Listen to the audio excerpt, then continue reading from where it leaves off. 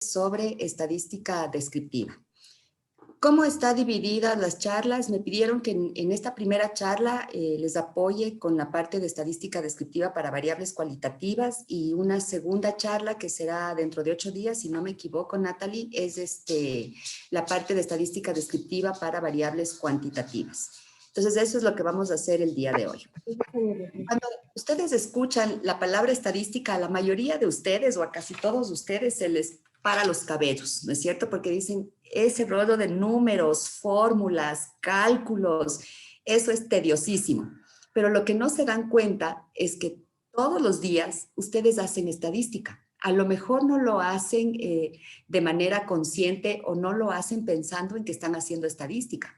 Pero cuando ustedes dicen, por ejemplo, a mí me gusta la carne mucho, me gusta la carne poco, me gusta la carne o no me gusta, eso es estadística. Si ustedes dicen, ay, mi promedio de calificaciones en este semestre que es virtual está hecho pedazos en relación al promedio del semestre que estuvimos en presencial, eso también, chicos, es estadística. Otra cuestión de estadística, por ejemplo, es si ustedes dicen, ay, me gusta este manclenco y este manclenco me gusta un montón. Eso también es estadística, ¿sí? O cuando dicen, a ver, yo corro, me voy a correr al Chaquiñán y yo corro 3 veces a la semana. Eso también es estadística. Si se dan cuenta, lo que hace la estadística nos permite a nosotros analizar y medir la variabilidad que existe. Eso es lo que hace la estadística.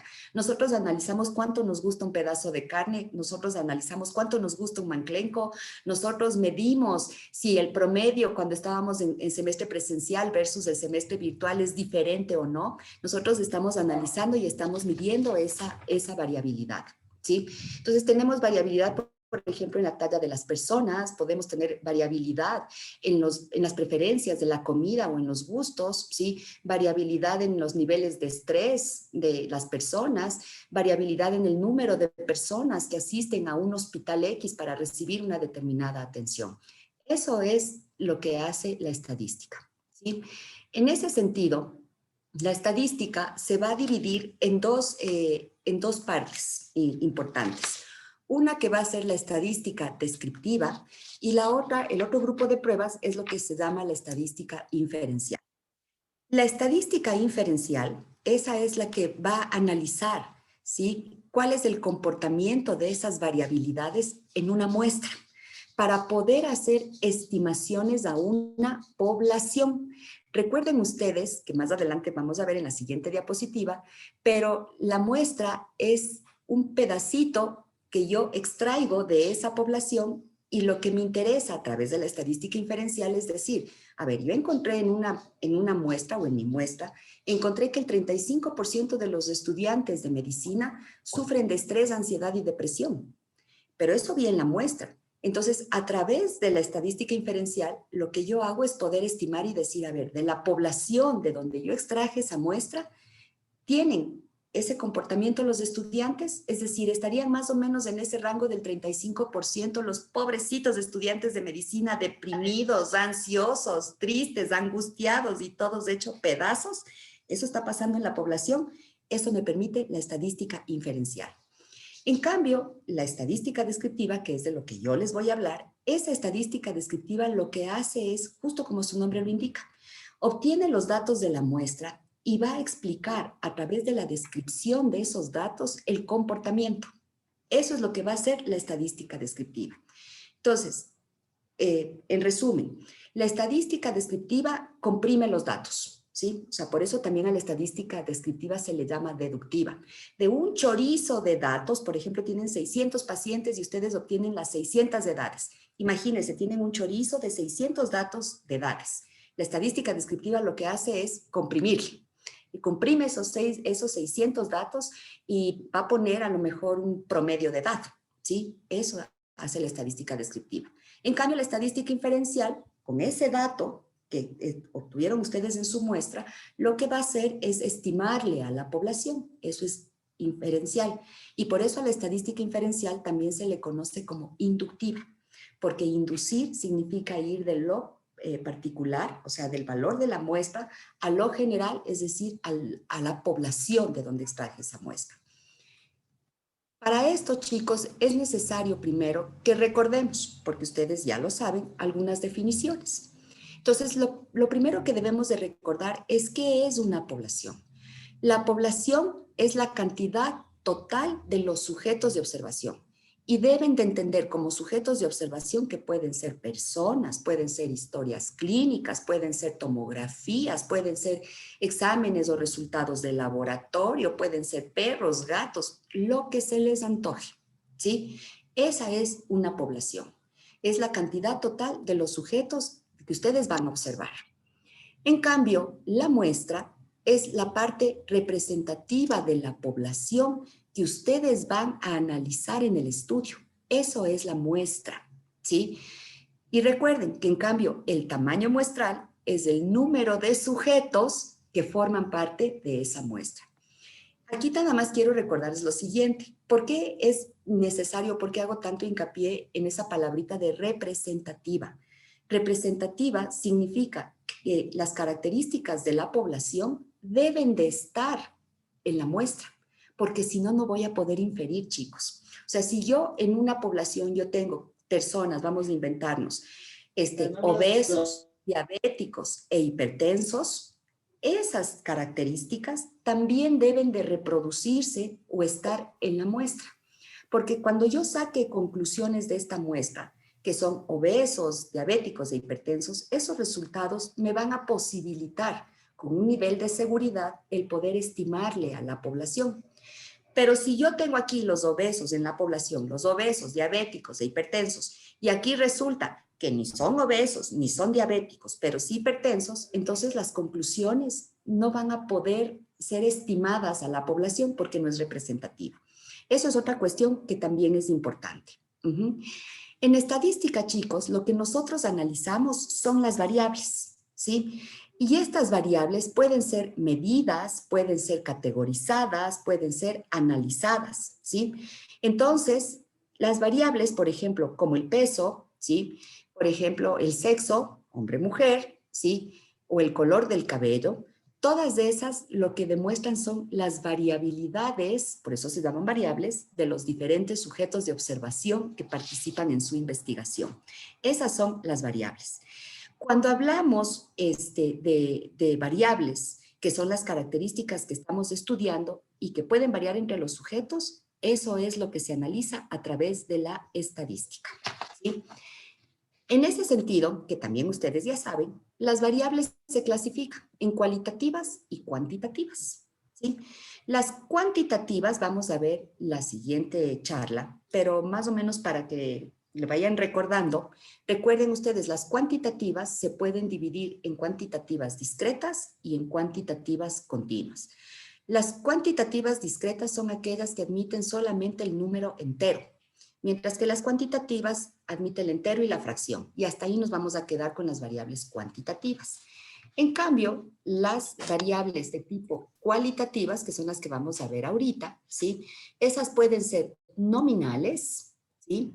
Y dentro de nominales, por ejemplo, el primer GIF que ustedes están viendo, una de las variables más duras que ustedes manejan en medicina es si el paciente está vivo o si se les muere. Entonces ahí, por eso tienen la calavera y la niña, ¿no? O sea, es la vida y la muerte. Otra variable nominal que ustedes tienen, por ejemplo, es del estado civil, ¿sí? ¿Por qué se llaman nominales? Porque no tienen un orden lógico, chicos. No hay una jerarquía en el orden. O sea, es lo mismo. O sea, yo podría poner primero el estado civil soltero, casado, divorciado, unión libre, como ustedes quieran, o podría poner primero unión libre, después divorciado, después casado y después con amante, como ustedes quieran. O sea, no hay no hay un orden lógico, me da exactamente lo mismo. Las nominales también pueden ser dicotómicas o politómicas. Las dicotómicas, por ejemplo, en la primera variable dura que les dije que ustedes manejan en medicina, que es ¿está vivo? Sí o no, ¿sí? Y las politómicas son las que tienen varias opciones de respuesta. Entonces, por ejemplo, el estado civil tiene varias opciones de respuestas o varias categorías. el mismo rodo, si ustedes le ponen el nivel de escolaridad primaria, secundaria, tercer nivel, cuarto nivel, esas también, más bien son también dicotómicas, ¿ya? Pero luego también tenemos las famosas variables ordinales. Entonces, las variables ordinales son aquellas que sí tienen un orden lógico, que no da lo mismo poner una cosa u otra de las categorías. Entonces, por ejemplo, si hablamos de estrés o de ansiedad, ahí le tienen a ese pobre gato que está con los tabacos y el café sirviéndose como loco, ¿no? Ese es un nivel de ansiedad alto o elevado. Este otro, aquí está el gato paseándose y pensando, entonces ese sería un nivel de ansiedad moderado. Y por eso es que el gato lo único que hace es pasearse de un lado para otro. Y finalmente tenemos un nivel en donde no hay ansiedad o el nivel de ansiedad es bajo. Y por eso el gato prácticamente se duerme o se cae inclusive, ¿no es cierto? Entonces asumo que ahorita que ustedes están en semana de exámenes, están como el primer gato. Los que toman café y fuman, como yo, entonces deben de estar así, sirviéndose el café y que se les riega por todos lados y con el cenicero lleno de colidas porque están con el nivel de ansiedad hasta arriba. Cuando a lo mejor hace 1 o 2 semanas estaban como el segundo gato, que decían, sí, ya vienen los exámenes, ya vienen los exámenes, pero no llegan todavía a ese nivel de ansiedad elevado. Y cuando terminen los exámenes y digan, sí, ya pasamos metodología de la investigación, ya pasamos de embriología, epidemiología, histología, farmacología y todo lo demás, entonces seguramente van a tener unos días en los que prácticamente van a quedar dormidos. Lo que quiero que se den cuenta es que las ordinales, chicos, lleva un orden lógico. O sea, ahí sí no le puedo cambiar. No es lo mismo decir que tiene una ansiedad moderada, decir que tiene una ansiedad alta o que no tiene ansiedad. Por eso son variables ordinales. Entonces, teóricamente, chicos, sí, para las variables cualitativas, estadísticamente hablando, es de la cosa más fácil y sencilla que ustedes deben de hacer. Para variables cualitativas, con que ustedes obtengan la frecuencia o la N que se llama y el porcentaje, ustedes lograron hacer estadística descriptiva para variables cualitativas. Eso es importantísimo y es súper sencillo. Todos sabemos hacer un porcentaje, todos sabemos contar y obtener frecuencias y a partir de la frecuencia obtener el porcentaje. Técnicamente, no se olviden, el porcentaje viene de una proporción. ¿Y qué es la proporción? Es cuando comparan la parte para el todo. Y esa proporción ustedes le multiplican por 100 y tienen el porcentaje. En Google existen un montón de calculadoras de estadísticas. Entonces no me voy a poner sofisticada diciéndoles que está el EpiInfo, está el SPSS.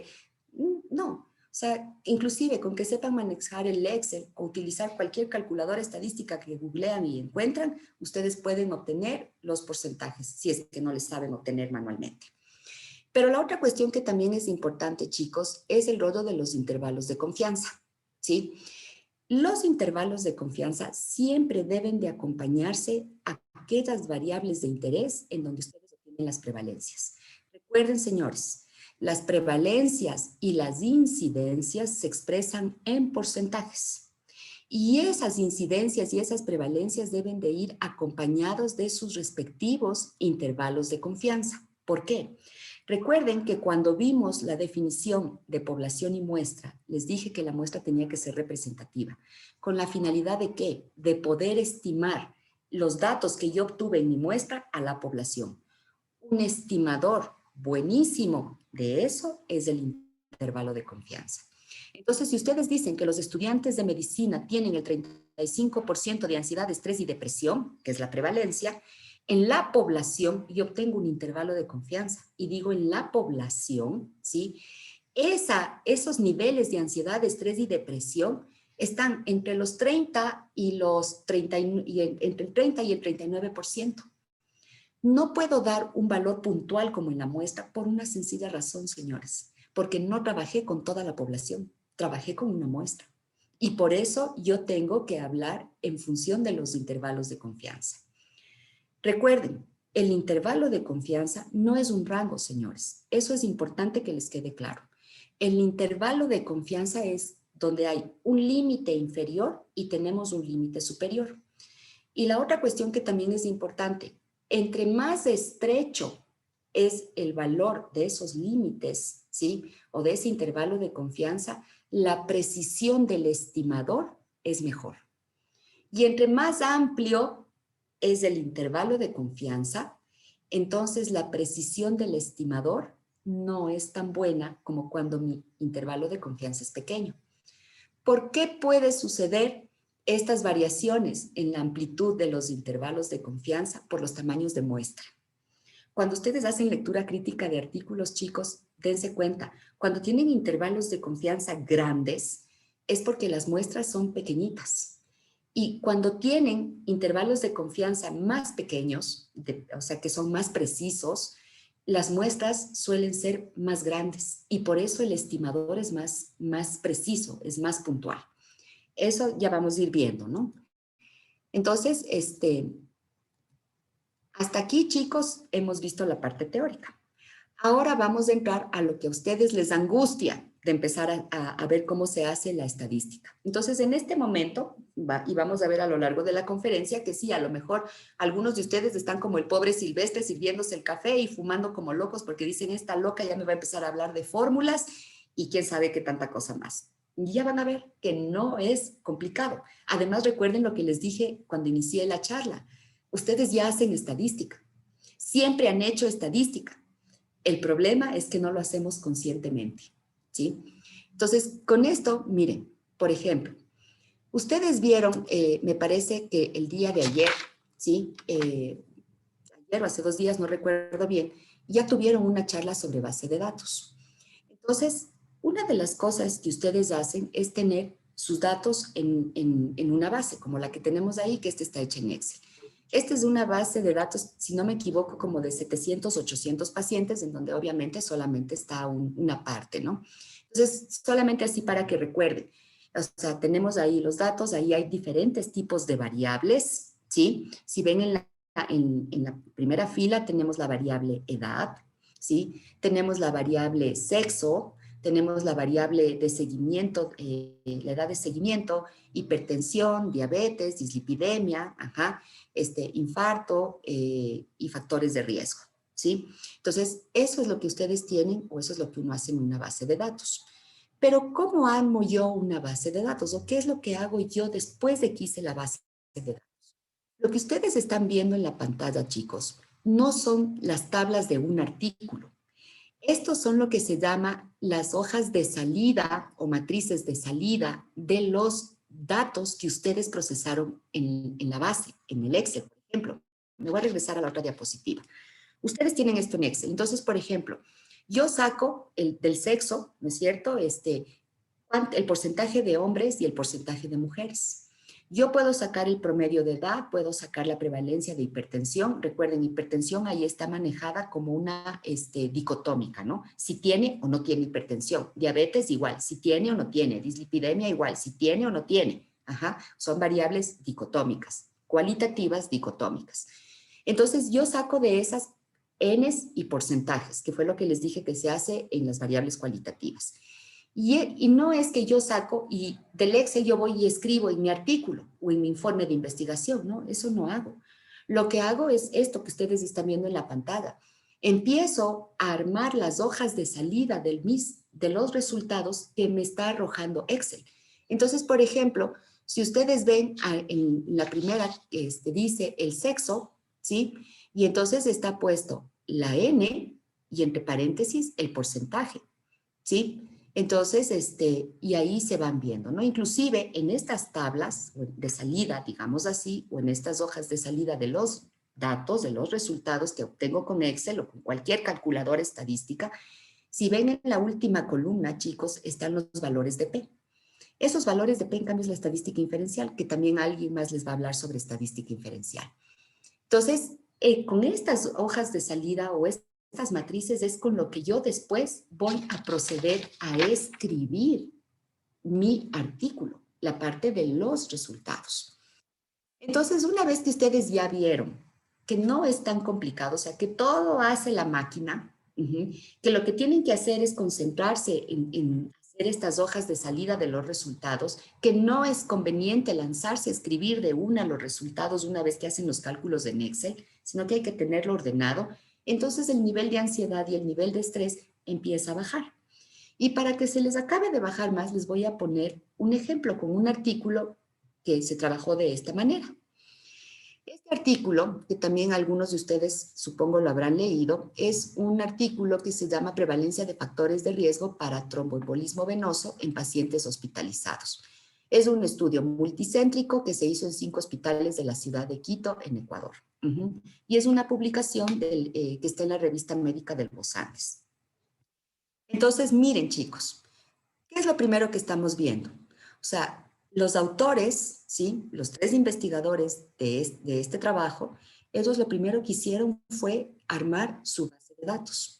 Y entonces, fíjense nuevamente, arriba están todas las variables. Otra vez tenemos el sexo, variable cualitativa. Si son de servicios clínicos, cualitativa. Si es de medicina interna, de cardiología, cualitativa. EPOC, cualitativa. Obesidad, cualitativa. ¿Sí? Esta es la base de datos que se obtuvieron los datos del cuaderno de recolección de los datos. Este es un ejemplo de ese artículo del cuaderno de recolección de datos o de las matrices de recolección de datos. Entonces, si ustedes ven aquí, chicos, esta es una variable que hace referencia al servicio hospitalario, es una variable cualitativa y nominal, ¿sí? Porque no hay un orden lógico en si es del servicio clínico o si es un servicio quirúrgico.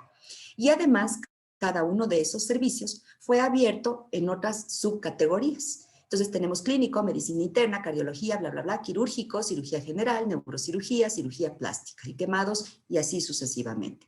Entonces, esto fue lo que los investigadores utilizaron. Esto es lo que se llama el cuaderno de recolección de datos. Una vez que recolectaron los datos aquí, vaciaron en la base de datos para hacer el análisis estadístico. Y una vez que hicieron el análisis estadístico, ¿sí?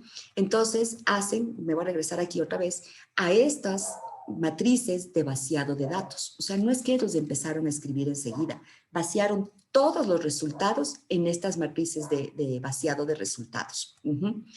Entonces, ¿qué es lo que hacen? Y fíjense, así empiezan los resultados de este artículo, porque los resultados, chicos, no es solamente presentar tablas o no es solamente poner los datos así, escupirlos, por decirlo de alguna manera. Entonces, fíjense que los datos se redactan y vamos a ver cómo está aquí. Entonces, este artículo empieza que el estudio incluyó un total de 443 pacientes ingresados en los hospitales Pablo Arturo Suárez, ¿sí? Está la N, que sería la frecuencia, 19.4%, que es el porcentaje. En el Eugenio Espejo, 156, que corresponde a 35.2, en el Enrique Garcés y así sucesivamente. Luego habla, la edad promedio fue de 50 más menos 30 años, con un rango de 18 a 99, esa es estadística para variables cuantitativas, que vamos a ver la próxima semana. Y luego dice, y el 54.9%, y entre paréntesis está N igual 243, es decir, la frecuencia, fueron hombres. Y aquí quiero que se den cuenta de una cosa, chicos. Dice que el 54.9% fueron hombres.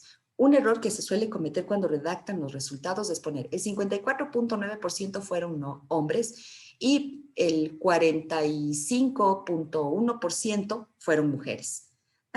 ¿Para qué desperdicio palabras cuando es lo más preciado? Cuando uno escribe un artículo, lo más preciado es el número de palabras, es la extensión. Entonces, con que hayan puesto que el 54.9% fueron hombres, el lector ya sabe que el porcentaje restante para llegar al 100% fueron mujeres, ¿sí? Luego me pone, de todos los pacientes estudiados, el 37.2 se encontraban hospitalizados en servicios clínicos y el 62.8% en servicios quirúrgicos. ¿De dónde salieron esos porcentajes, chicos? Salió de aplicar esta de aquí, o sea, el cuaderno de recolección de datos. Entonces iban analizando cada uno de los pacientes, los 400 y tantos pacientes, y fueron poniendo, el paciente número 1 estaba hospitalizado en un servicio clínico y el paciente número 2, 3 y 4 en un servicio quirúrgico.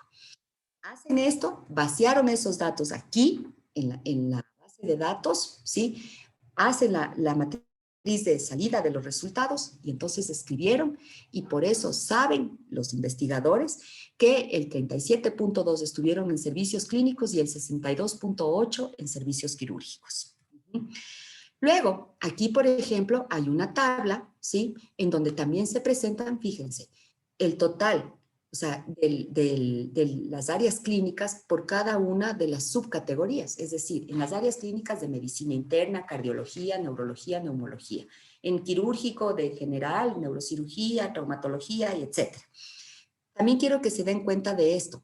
Fíjense, aquí, cuando redactan los resultados los investigadores para las variables cualitativas, lo que hacen es ponerle el porcentaje del total de las dos variables principales, es decir, si es servicio clínico o si es servicio quirúrgico, ¿sí? Y en la tabla, los autores les presentan las categorías de cada uno de los servicios.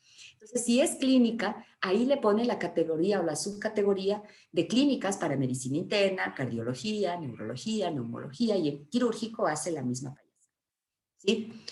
Aquí, por ejemplo, tenemos otra. Estos son los antecedentes patológicos. Igual es parte del cuaderno de recolección de los datos o la matriz de recolección de los datos, chicos. Entonces, aquí ponen, el paciente es mayor de 40 años.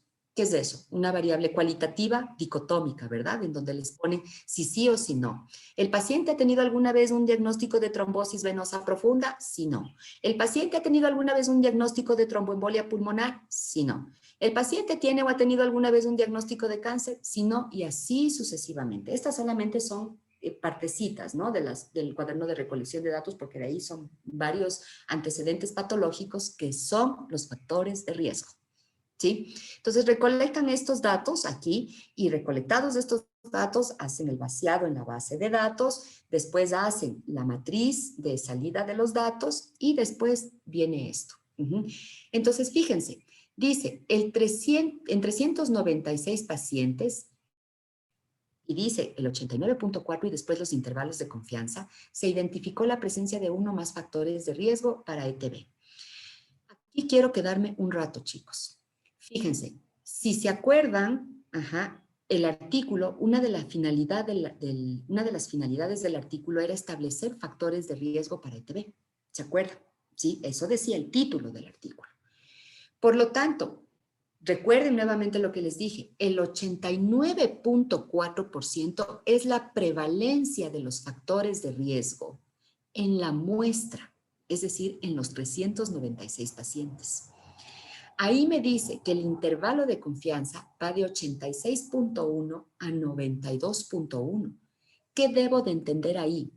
Que en la población de donde yo extraje la muestra, se espera o se podría estimar con un 95% de seguridad que la prevalencia de uno o más factores de riesgo para ETB esté entre el 86.1% y el 92.1%. Por eso es importante que las variables fuertes del estudio, las variables principales del estudio, se presente no solamente el porcentaje o la prevalencia o la incidencia, sino también el respectivo intervalo de confianza. Por eso es tan importante, señores. Porque, por ejemplo, fíjense abajo, dice, no existieron diferencias estadísticas en la prevalencia general según el centro hospitalario. Y entonces le ponen Pablo Arturo Suárez, 87%, Eugenio Espejo, 88%, Enrique Garcés, 93%, el de la policía, 86%, y el de las Fuerzas Armadas, 91%. Dense cuenta que aquí no hay intervalos de confianza, ¿sí? ¿Por qué no se presentan intervalos de confianza? Porque a pesar de que es un estudio multicéntrico, pero en realidad la variable de interés no es de encontrar diferencias entre los hospitales. No es de establecer las prevalencias por hospital. No sé si me explico. La importancia del artículo o la variable importante del artículo es obtener la prevalencia de la muestra de los factores de riesgo. Y por eso a esa prevalencia sí le calculo el intervalo de confianza, ¿sí? Entonces, bueno, aquí seguimos, o sea, otra vez con la misma, ¿no es cierto? O sea, ya vimos que estas son variables cualitativas, dicotómicas, y nuevamente, ¿no es cierto? Vean, o sea, ¿qué es lo que sigue? Luego empieza a decir, recuerden, ¿no? O sea, aquí está esta diapositiva. Ya les dije, este es un pedazo de todos los antecedentes patológicos o los factores de riesgo analizados en esta investigación. Pero cuando empieza a desagregar, o sea, a redactarle de la parte ya específica de cada uno de los factores de riesgo analizados, quiero que se den cuenta lo siguiente. Nada más se redactan, en este caso, los 3 primeros factores de riesgo con las 3 prevalencias más altas. ¿Sí? Eso es lo que está redactado. Y cada uno de esos factores de riesgo, porque son las variables principales de mi estudio, cada uno de esos factores de riesgo, de esas prevalencias, señores, se le calcula el intervalo de confianza. ¿Sí? Entonces yo digo, el factor de riesgo más frecuente, o sea, el que tiene mayor prevalencia, fue el que los pacientes tengan una edad mayor a 40 años. Y la prevalencia fue del 64.1%. En la población, yo estimo que ese factor de riesgo, la prevalencia está entre el 59 y el 68% en la población, ¿sí? El segundo factor de riesgo más prevalente fue la intervención quirúrgica mayor, con un 28.9% en la muestra. En la población, yo le estimo, ¿sí?, que la prevalencia de ese factor de riesgo, es decir, de intervención quirúrgica mayor, está entre el 24.8% y el 33.2%.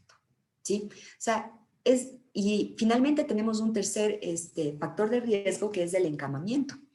El encamamiento es el tercer factor de riesgo más prevalente y es con el 24.6%.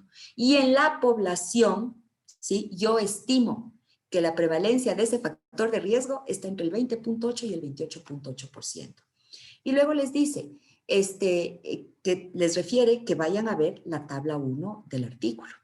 Y entonces yo voy a la tabla 1 y, ¡oh, sorpresa! No están solamente los 3 factores de riesgo, señores.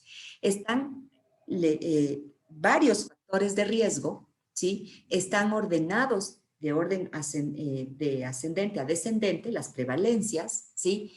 Y fíjense, tengo la N, o sea, la columna donde dice la N, esa sería la frecuencia, después tengo el porcentaje y después, señores, los intervalos de confianza al 95%. Así deben de presentarle la estadística descriptiva. Pero quiero que también se den cuenta de otra cosa. O sea, vamos a regresar otra vez. Les dice hincapié en que en los resultados se redactaron solo los 3 primeros factores de riesgo más prevalentes. Porque también les dije hace rato, lo más preciado cuando uno escribe un artículo, aunque no lo crean, es el número de palabras y la extensión. Hay revistas en que les va a decir su artículo no puede tener más de 4,000 palabras. Otras revistas les van a decir puede tener hasta 7,000. Otras revistas les van a decir 6,000. Entonces, eso es importante, que sepan redactarle y que sepan cuidar lo preciado del uso de palabras cuando escriben. Y por eso, y ese es el uso que se les da a las tablas. Miren, entonces en la tabla 1, sin necesidad de describir toditos, o sea, me refiero a escribir, ¿no? Cada uno de los factores de riesgo, en una tabla yo pude presentar, bueno, no yo, los investigadores pudieron presentar las prevalencias de todos los factores de riesgo asociados a ETB con sus respectivos intervalos de confianza. Entonces es interesantísimo. Luego, fíjense, este es otro tipo de variable que también es parte de la misma investigación. Y esta también es una variable cualitativa, pero en cambio esta variable, chicos, es una variable cualitativa ordinal. Fíjense, hay riesgo leve, riesgo moderado, alto y muy alto. Entonces, no se olviden, la ordinal es aquella que lleva un orden lógico, o sea, que lleva un orden jerárquico. Esta es una variable ordinal que también se manejó en este artículo. Y entonces, fíjense, esta variable ordinal no se presentó dentro de este artículo en tablas. Lo que hicieron los autores fue redactarlo. Y entonces dice que de acuerdo a la valoración del nivel de riesgo para ETB, se calificó que 199 pacientes presentaban un riesgo leve, es decir, 44.9%, con el intervalo de confianza. Porque otra variable de importancia para este artículo fue calificar riesgo, fue evaluar o analizar riesgo. Y entonces presentan nuevamente los intervalos de confianza. ¿Qué quiere decir el intervalo de confianza aquí? Ya les he repetido un montón de veces, pero quiero que eso se lleven súper claro en la cabeza. Es que el 44.9 es la prevalencia, ¿sí?, de riesgo leve en los pacientes, en la muestra. En la población de donde yo extraje esa muestra, esa prevalencia de ese riesgo leve va entre 40.2 y 49.6%. Luego habla del riesgo moderado, luego del riesgo alto y luego finalmente del riesgo muy alto. Dense cuenta, chicos, que no hay, ¿no es cierto?, ninguna tabla. Que los autores lo que decidieron aquí fue redactar en función de los datos obtenidos de la hoja de recolección de datos o del cuaderno de recolección de datos, y nuevamente repito, que fue vaciada en la base de datos y que después esos datos fueron calculados con Excel o la calculadora, lo que ustedes quieran, y extraen esos resultados en las matrices de extracción de resultados y después redactan. Es así de sencillo. Pero ¿qué pasa, señores? Cuando ustedes quieren comparar, están utilizando un diseño, por ejemplo, uno de casos y controles, o uno de cohortes, o inclusive uno transversal de asociación cruzada, ¿sí? En donde empiezo con un grupo, pero después yo conformo subgrupos. Quiero ver diferencias entre hombres y mujeres, ¿sí? O quiero ver diferencias entre pacientes hipertensos y pacientes no hipertensos, ¿sí? O en un ensayo clínico. ¿Qué pasa ahí cuando yo tengo que comparar? ¿Sí? Es exactamente lo mismo que acabamos de ver. La única diferencia, señores, es que se aumentan 2 columnas más, ¿sí? Porque como tengo 2 grupos, ¿sí? Puedo tener más, pero bueno, vamos a explicar en función de 2 grupos. Como tengo 2 grupos, tengo que aumentar una columna más. Entonces, en la diapositiva que están viendo, por ejemplo, está la columna para el grupo de los casos y tenemos la columna para el grupo de los controles. Y finalmente, ¿sí? Yo tengo el valor de la P. Lo que ustedes están viendo ahorita en la pantalla, chicos, no es una tabla de un artículo. Otra vez es la hoja o la matriz de salida de los resultados una vez que ustedes lo procesaron con su base de datos. ¿Qué es lo que está puesto aquí? Está puesto la estadística descriptiva y en la última columna el valor de la P, porque ya también tengo los datos de la estadística inferencial. ¿Sí? Entonces, fíjense, señores, o sea, es sencillísimo. Y ya van a ver, cuando vean estadística inferencial, que también es súper sencillo, porque finalmente lo que se reporta en los artículos no es que el valor, me voy a inventar ahorita para más o menos se queden tranquilos, no es el valor de la T, el valor del análisis de varianza, la fórmula de la regresión, los grados de libertad. No, no, no, señores, eso no se reporta. Para eso, ¿sí? Lo que se reporta en los artículos es el valor de la P. Y por eso, en la hoja de salida de los resultados, una vez que aplicaron el paquete estadístico, lo que se pone es eso, el valor de la P. Porque me va a decir, por ejemplo, en la primera, ¿sí? En el sexo, en el grupo de los casos, fíjense, está la frecuencia y entre paréntesis tengo el porcentaje. Y en el grupo de controles también tengo que fueron 107 hombres que representan el 46.5%. ¿Sí? Abajo, mujeres. En el grupo de los casos fueron 60 mujeres que representan el 52.2% y en el grupo de controles fueron 123 mujeres que representan el 53.5%. Si se dan cuenta, la estadística descriptiva para variables cualitativas no ha dejado de ser frecuencias y porcentajes. ¿Sí? La última columna, les vuelvo a repetir, son los valores de P, que es la estadística inferencial, que es cuando comparan. Entonces, solamente así rápido para que no se queden pensando qué significa eso, la NS significa no significativo, ¿sí?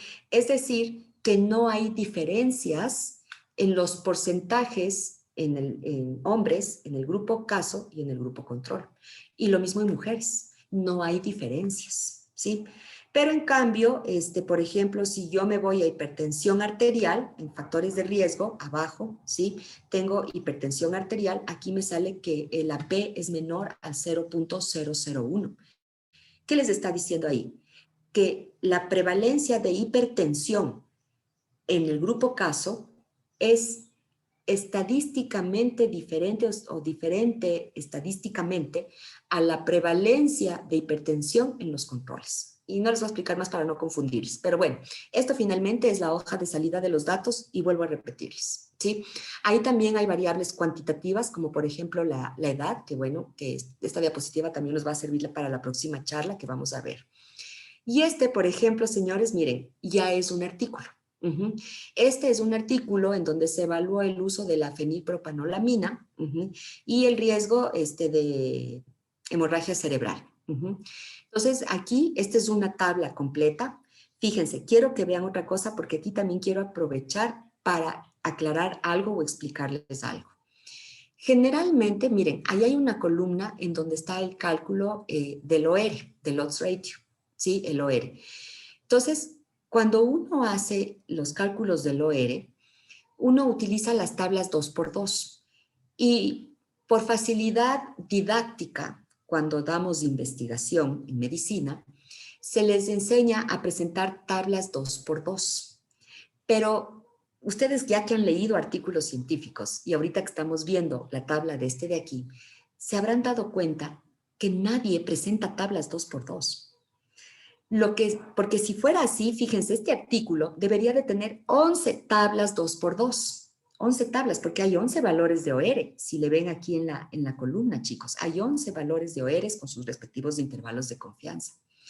¿Se dan cuenta la cantidad de tablas 2x2 y que además no me dicen absolutamente nada? O sea, la tabla 2x2 lo que me sirve es para hacer el cálculo del estimador de asociación, que en este caso es el OR.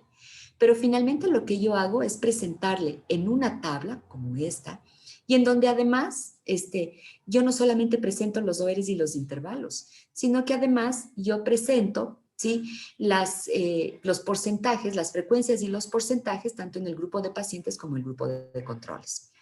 Entonces, por ejemplo, esta imagen que tienen ustedes ahorita es la parte superior de la tabla que vimos antes.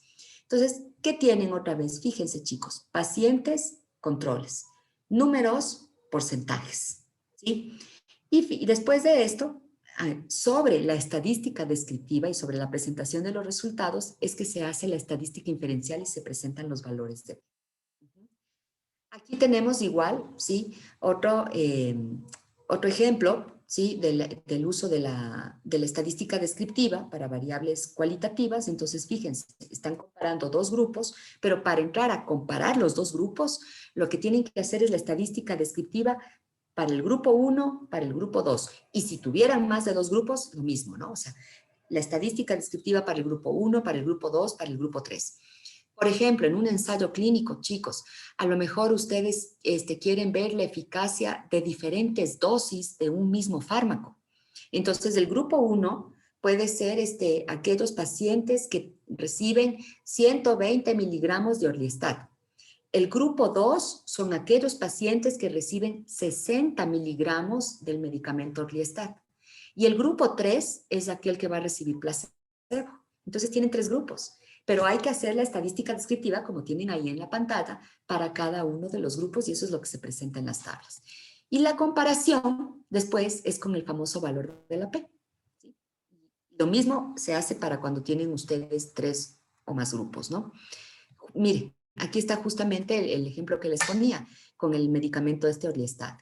Esta es una tabla que se llama una tabla basal, que también en algún momento sería interesante que lo vuelvan a recordar. Esto es parte de un ensayo clínico. Recuerden que la primera tabla de cualquier ensayo clínico deben de ser los datos basales, de cómo inician los dos grupos, ¿no es cierto? ¿Para qué? Primero, para demostrarle al lector que en realidad el azar fue quien intervino al momento de asignar a los sujetos, ya sea a la rama del placebo o a la rama de estudio del Orlistat. Y como fue el azar, al presentar la tabla basal, entonces yo también le estoy demostrando al lector que inician en condiciones similares, ¿sí? Que inician en condiciones iguales. Entonces, por ejemplo, si yo veo los factores de riesgo, aquí yo veo que hay tolerancia anormal a la glucosa oral. Entonces, en el grupo placebo es 5.8, en Orlistat es de 6.1. Están partiendo de manera igual. ¿Y cómo me doy cuenta? Por ejemplo, ahorita a través de estadística descriptiva, en donde tengo las frecuencias y los porcentajes. Aquí, ¿cómo fue manejada, por ejemplo, este factor de riesgo de tolerancia a la glucosa oral? Fue manejada como una variable nominal dicotómica, si tiene o no tiene una tolerancia normal a la glucosa oral, ¿sí? Por ejemplo, esta de aquí, la de niveles de lipoproteínas de baja densidad, niveles anormales, ¿no? Esta también fue una variable cualitativa dicotómica. ¿Cómo se está presentando? Con su respectivo número, es decir, la frecuencia y el porcentaje, tanto en el grupo placebo como en el grupo Orliesta. Este es otro artículo que hicimos, hicimos con un grupo de investigación. Tenemos 3 artículos publicados en el 2020, que es parte de esto mismo. E igual, esto se trabajó con mujeres que tienen síndrome metabólico y lo que se hizo fue comparar la pérdida de audición sensorial, ¿sí? Entonces, fíjense, o sea, otra vez, ¿no? O sea, qué interesante. Aquí está igual, todos los factores de riesgo, ¿sí? Y aquí tenemos, o sea, las que tuvieron pérdida de audición sensorial y el grupo de mujeres que no tuvieron pérdida de audición sensorial. Y entonces, lo que está presentado, o sea, en este caso es diferente, ¿no? Pero aquí está puesto, miren. Aquí les pone que el porcentaje está fuera y la frecuencia está entre paréntesis. Por eso también, señores, es importante leer súper bien cuando ustedes tengan los artículos, ¿sí? Y finalmente, para ya ir cerrando la charla, este es un gráfico de una glucosa, aunque ustedes no lo crean, de una molécula de glucosa. ¿Por qué le he puesto aquí? Por el rollo del uso de los gráficos, ¿sí? Si le ven a esa pobre glucosa que ahí les está bailando y está toda chueca, generalmente eso es lo que nos pasa con el uso de los gráficos, ¿sí? Entonces, los gráficos, a veces abusamos del uso de los gráficos, no sabemos cómo usarlos y nos queda un artículo todo chueco y todo hecho pedazos. Quiero que se den cuenta de algo. En las diapositivas que les presenté antes, que fueron tomados de varios artículos, en ninguno hubo un gráfico, ¿sí? Para variables cualitativas. No hubo un gráfico. Los gráficos, generalmente cuando uno escribe, cuando uno hace redacción científica, chicos, se utiliza muy poco para variables cuales. Más bien los gráficos, señores, se utilizan mucho cuando ustedes ya sean así unos investigadores súper chipocludos y les inviten a dar charlas a los congresos internacionales, nacionales y toda esa payasada, ¿sí? Ahí utilicen gráficos. Porque imagínense que yo voy a una exposición de ustedes, yo que ya estoy ciega, ¿sí? Y que me sentara hasta el final de la sala y que me presentaran una tabla. No voy a ver ni madres. Entonces, ahí es cuando se recomienda, señores, el uso de los gráficos, ¿sí? En presentaciones, en exposiciones, y ahí les pueden hacer todos los análisis que ustedes gusten y manden a los gráficos. Entonces, lo que voy a ver en los próximos 4 minutos es, les voy a dar recomendaciones de lo que no deben de hacer con los gráficos, lo que no deben de hacer, y que sin embargo es lo que más hacen, ¿sí? Por ejemplo, eso de ahí, ¿sí? Si se dan cuenta, chicos, un error que ustedes cometen es poner la tabla y después de la tabla poner el gráfico. Y no solamente, y no se conforman solo con eso, sino que después hasta redactan. Entonces, lo que hacen en definitiva es repetir 3 veces exactamente lo mismo, en la tabla, en el gráfico y redactado. O sea que el lector se queda totalmente abombado. Entonces, ¿cuál es la sugerencia? O es tabla o es gráfico, preferentemente en sus artículos, tablas, ¿sí? Ahí está puesto un pie o un gráfico de sectores, ¿sí? Que se llama. Es el pobre gráfico del que más abusan y el que más utilizan mal. Por ejemplo, fíjense, el gráfico donde dice femenino, masculino. O sea, no tiene ni lógica presentar un gráfico en donde pongan el sexo femenino, masculino. O sea, no hay ni lógica para presentar algo así. ¿Sí? O sea, es un gráfico que es un desperdicio. El segundo gráfico, en cambio, sí es interesante. Y ahí es donde quiero que vean. Los gráficos de sectores o los gráficos de pasteles se utilizan para demostrar magnitud. ¿Sí? Para eso se utilizan, los gráficos de pasteles. Entonces, como ustedes saben mucho más que yo de este asunto, ustedes podrán darse cuenta que lo que está representado en este gráfico son enzimas, y son las enzimas del hígado. Solamente viendo el gráfico, yo puedo decir que la enzima que está pintada de color cielo, de color celeste, perdón, y la enzima que está pintada de color amarillo y la de verde claro, son las tres enzimas que mejor metabolizan los fármacos en el hígado, ¿sí? Y para eso sí se utilizan estos gráficos, ¿sí? Solamente viendo, si yo ya sé, y que de esas tres, la que mejor metaboliza el fármaco, cualquier fármaco en el hígado es esa CYP 3A, 4, 5, 7, que son familias, ¿no? De las enzimas.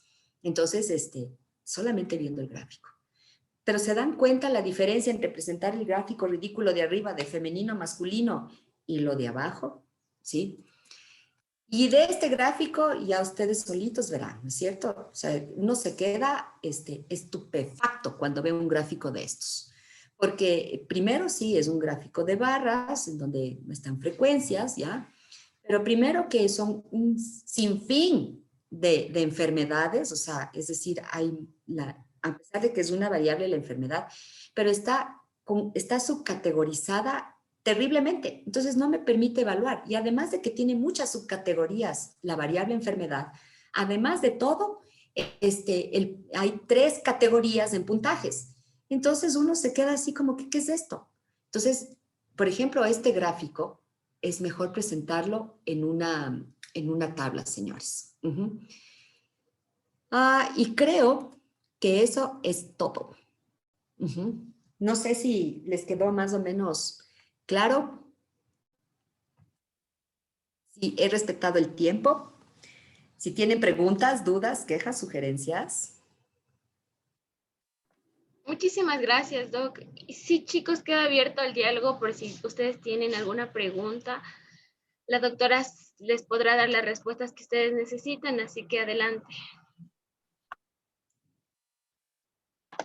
Para eso pueden alzar la manito, o si no, ya continuamos con la siguiente parte.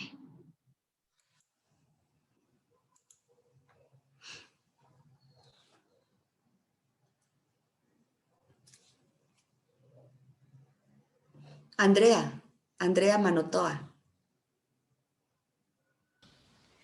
Buenos días, Doc. Una pregunta. ¿Cómo me aseguro yo que las características de la población sean las mismas que la de la muestra?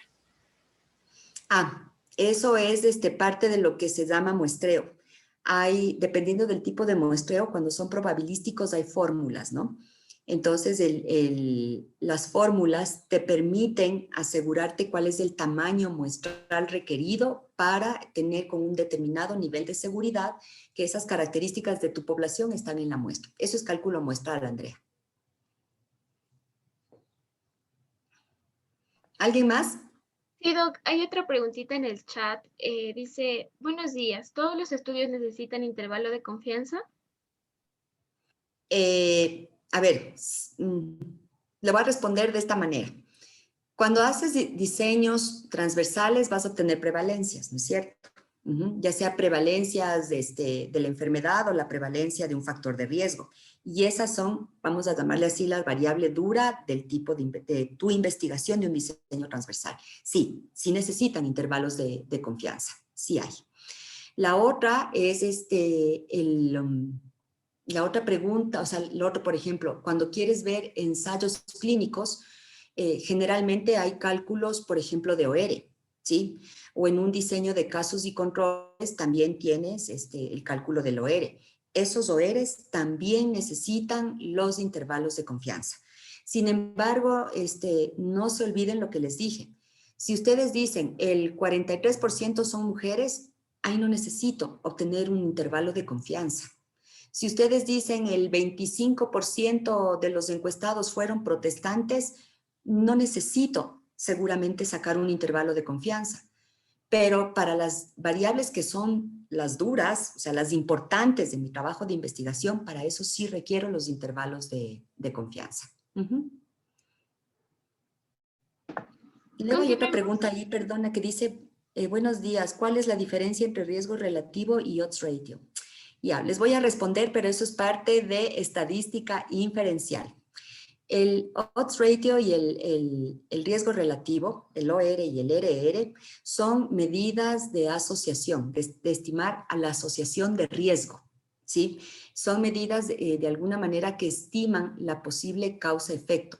Eso es el OR y el RR.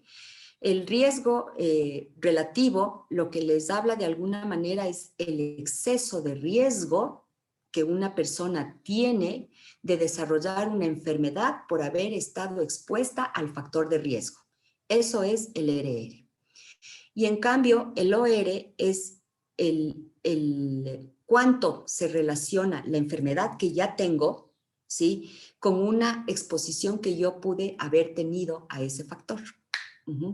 Eso es el riesgo relativo y el OR. Y claro, y dentro de eso hay más magnitudes, ¿no? Está el riesgo atribuible.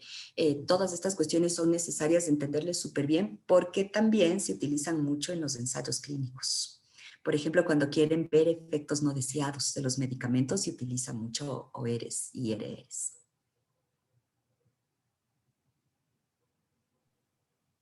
Buenos días, Doc. Una pregunta. Con respecto a esta de las fórmulas estadísticas para muestreo, ¿con esto nosotros podríamos saber que nuestra población es significativa? ¿O cómo sabríamos que la población que elegimos es significativa? La muestra ahora. La población recuerda que es el total, ¿sí? O sea, por ejemplo, ahora tú dices, la población son todos los estudiantes de medicina, todos los estudiantes de medicina. Pero como digamos que no se puede trabajar por cualquier razón, ¿sí? Por tiempo, cuestiones económicas, ubicarles a todos los estudiantes de medicina, tú extraes una muestra. Y la muestra es la que debe de ser representativa de la población. Y la muestra ahora es la que, el tamaño muestral, ¿sí? O sea, el número de sujetos es lo que tú calculas a través de las fórmulas. Y entonces, al aplicar las fórmulas, vas variando algunos valores y eso es lo que te permite, con un nivel de seguridad, decir que esas características de la población están en la muestra que tú sacaste de esta población. O sea, la parte de muestreo es interesantísima, chicos. Si quieren, después podemos tener una charla sobre muestreo, ¿no? Y también es interesantísimo todo lo que es el rollo de riesgo relativo y los ORs, porque ahí también es interesante no se olviden que el OR y el RR también deben ir acompañados de sus respectivos intervalos de confianza. O sea, asumo que eso les van a explicar súper bien en estadística diferencial. Pero si no, también podríamos en algún momento coordinar otra charla y les puedo explicar todo ese rollo, ¿no? ¿Algo más?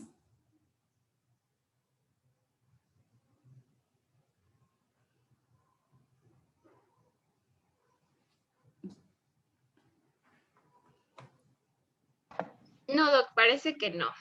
Pero de todos modos, le agradecemos infinitamente por su colaboración con nosotros y esperamos verle la próxima semana. Fue una charla muy grata, muy dinámica, así que de antemano muchas gracias y le esperamos la próxima semana. Gracias, Natalie. Gracias, chicos. Espero que les haya gustado. Nos vemos la próxima semana. Chao.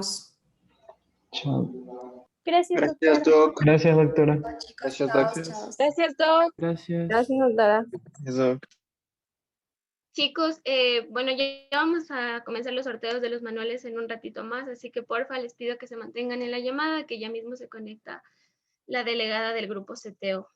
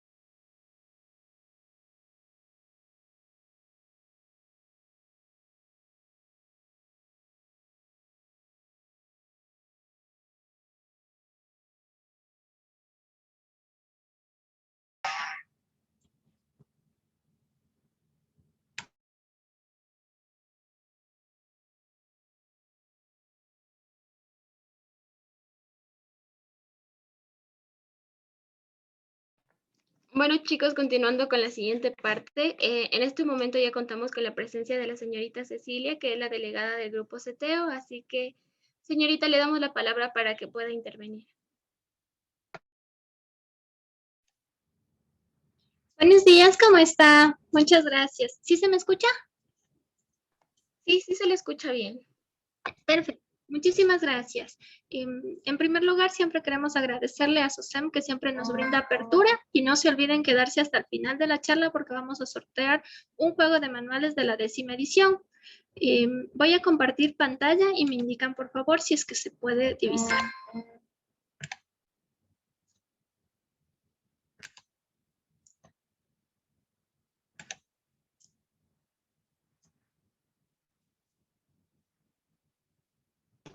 Ya se puede visualizar, señorita.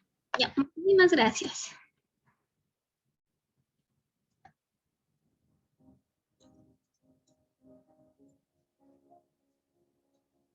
Cierra los ojos y piensa en el profesional que quieres ser. Grupo CTO dispone del conocimiento y la formación necesarios para hacerlo realidad. Confía en nosotros, te acompañaremos. Desde hace más de 30 años, una institución líder especializada en la formación de posgrado en el área de empresa y hacienda. Y líder nacional e internacional en la formación de posgrado sanitario. Hemos preparado con éxito a más de 180.000 alumnos. Tú no vas a ser una excepción. ¿Qué te ofrecemos para lograrlo? Solidez, experiencia y resultados. Un método que ha triunfado en España, Europa, Estados Unidos e Hispanoamérica. Ponemos a tu disposición los materiales publicados por una editorial propia de prestigio, así como los recursos de un gran equipo multimedia y de un departamento de atención personalizada. Contamos con una plataforma virtual y un claustro de profesores exclusivos de reconocida experiencia. Los mejores profesionales del sector a tu servicio. Nuestro éxito se fundamenta en un método propio, el método CTO, dirigido a la superación con éxito de tu examen. Somos sinónimo de innovación constante, perfeccionamiento y originalidad. La formación personalizada de posgrado que recibirás en CTO está diseñada a la medida de tus necesidades. Conocemos bien el valor de la experiencia. Desarrollamos materiales de estudio propios y herramientas de aprendizaje que incorporan las últimas tecnologías.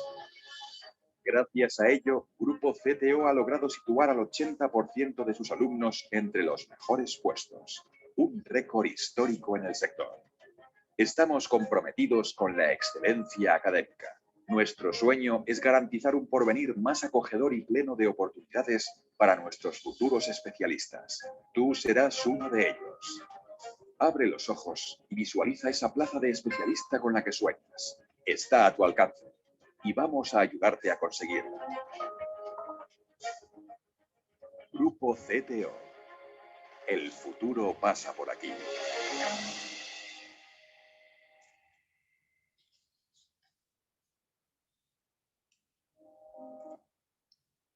Hoy vamos a hablar un poquito de posgrados nacionales de Italia, que es una de las oportunidades remuneradas, y también vamos a hablar de lo que es Colombia. Igualmente, si es que al final tienen alguna duda de estos posgrados o de otros posgrados o de habilitación profesional, con mucho gusto les solventamos. Grupo CTO significa consigue tu objetivo, porque nosotros a lo largo de estos 12 años aquí en Ecuador, bueno, ya estamos por cumplir 13 años, hemos realizado diferentes convenios con asociaciones de estudiantes, universidades y hospitales para poder apoyarles a los estudiantes desde los primeros semestres. Justamente estamos trabajando con Predoctor, que les sirve para todo lo que son estudiantes desde primeros semestres hasta internado rotativo o médicos recién graduados. Esa plataforma justamente se va a obsequiar a los asistentes, para lo cual vamos a al final pedirles unos datos que nos envíen y con eso podemos obsequiarle esta plataforma y vamos a hacer el sorteo de manuales que les había comentado. Vamos a hablar un poquito de Italia. Italia es, el examen es SSM, que es Scuole di Specializzazione in Medicina. Básicamente es un MIR italiano.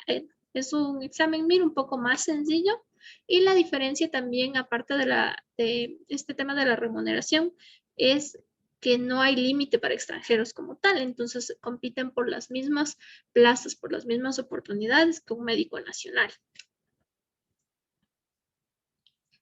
El posgrado en Italia se hace una vez al año la convocatoria. El posgrado dura como tal 4 o 5 años, dependiendo de la especialidad que elijan. Para la inscripción es netamente online. Para el tema de dar el examen tienen que viajar a Italia.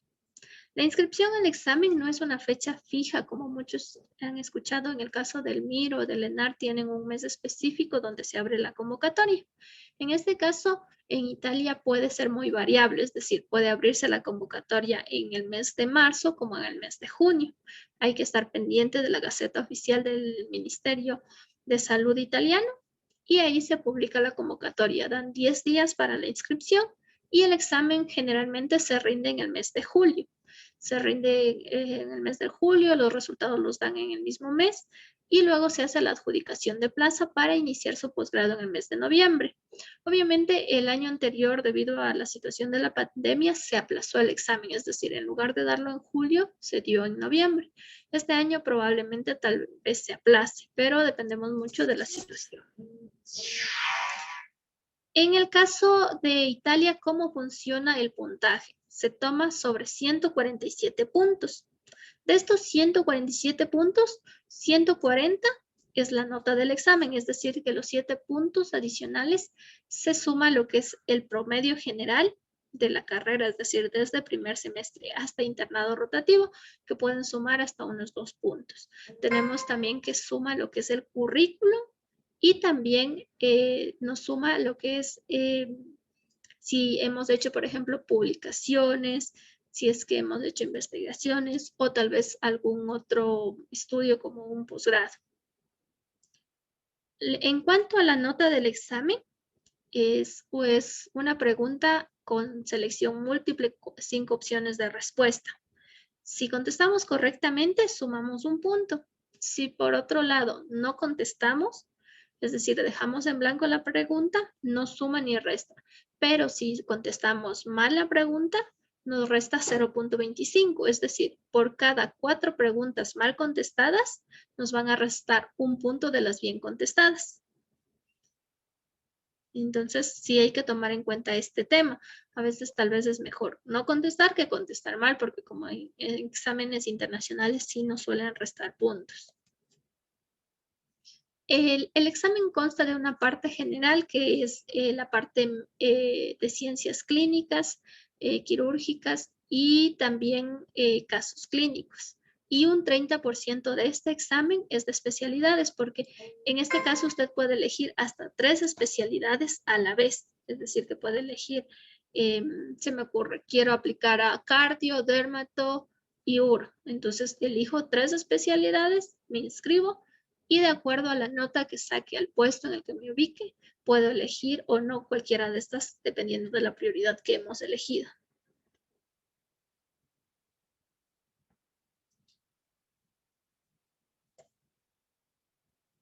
Estas son algunas de las especialidades que tenemos disponibles.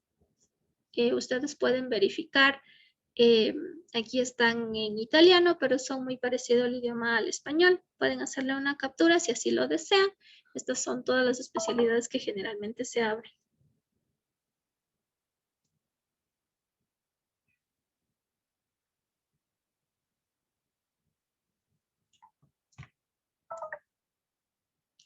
Aquí podemos ver los links donde se publica generalmente la convocatoria. Aquí es la Gaceta Oficial del Ministerio donde se publica el concurso SSM.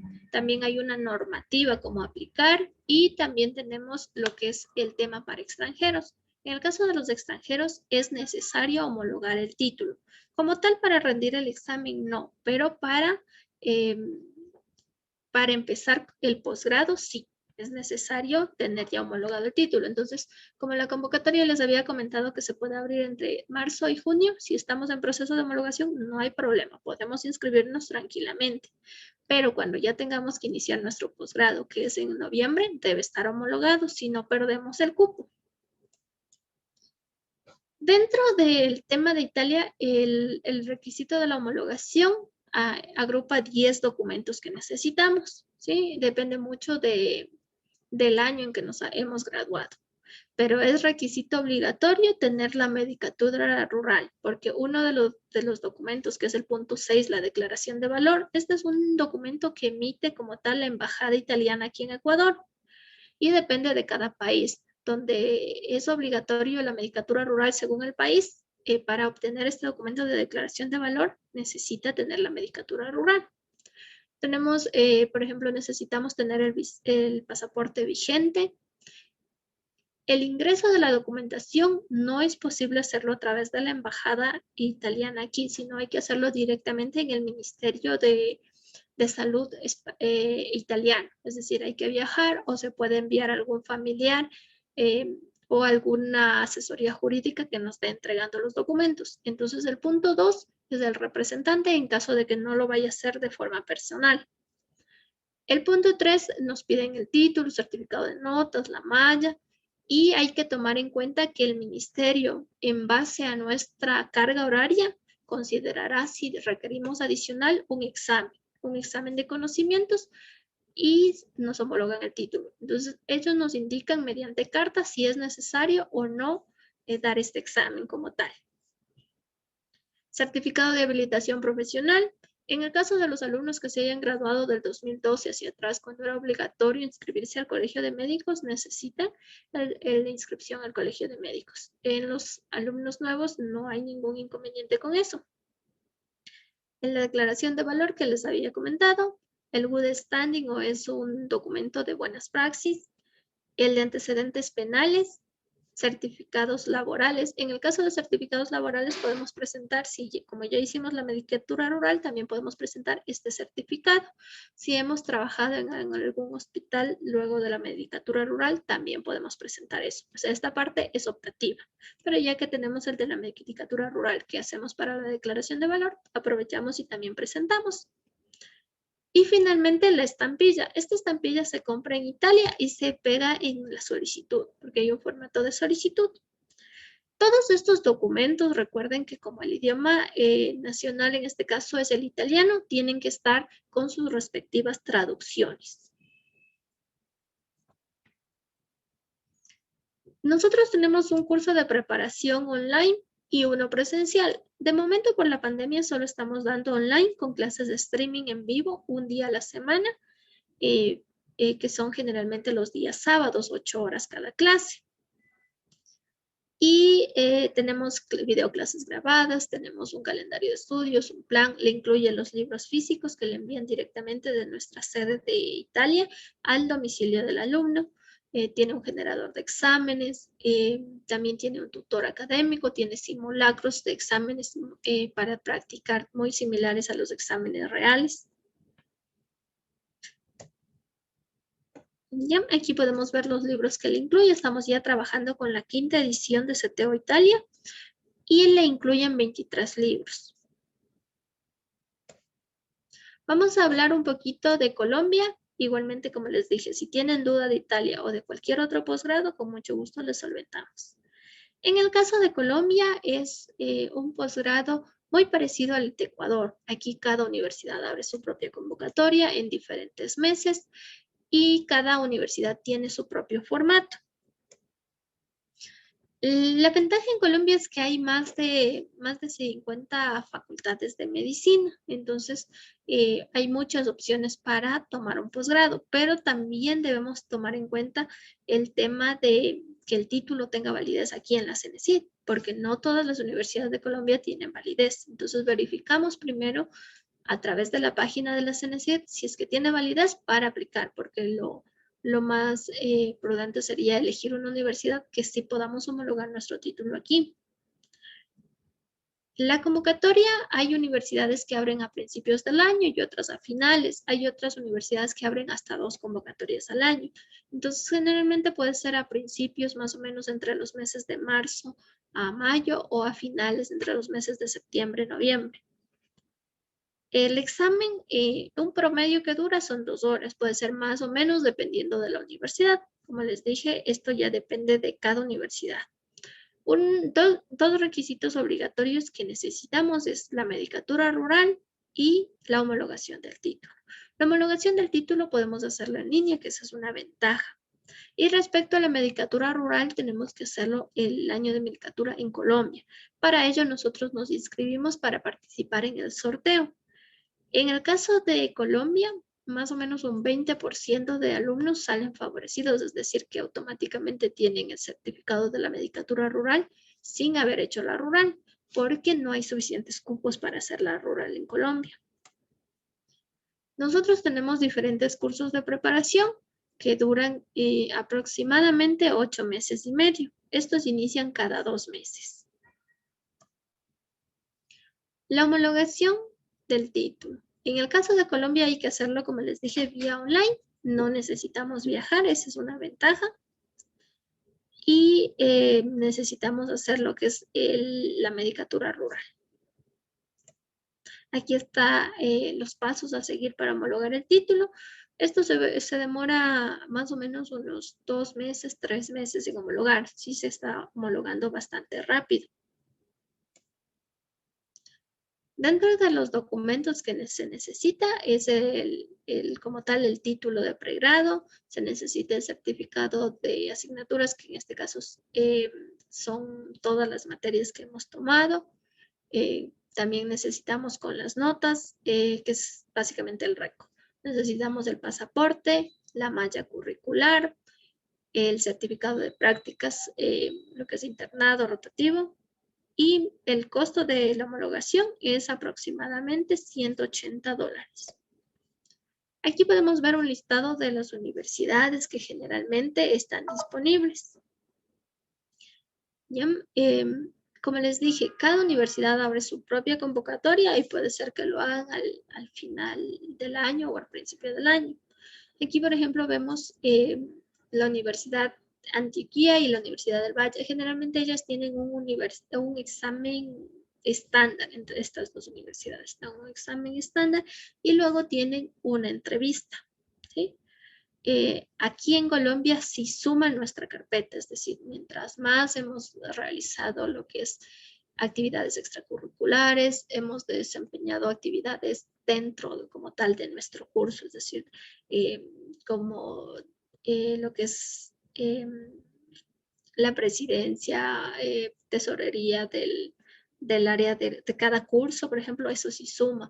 Ayudar en las cátedras a los profesores también nos suma. Entonces, todas estas cosas nos suman puntos. Si tenemos algún curso adicional que hemos hecho, nos va sumando.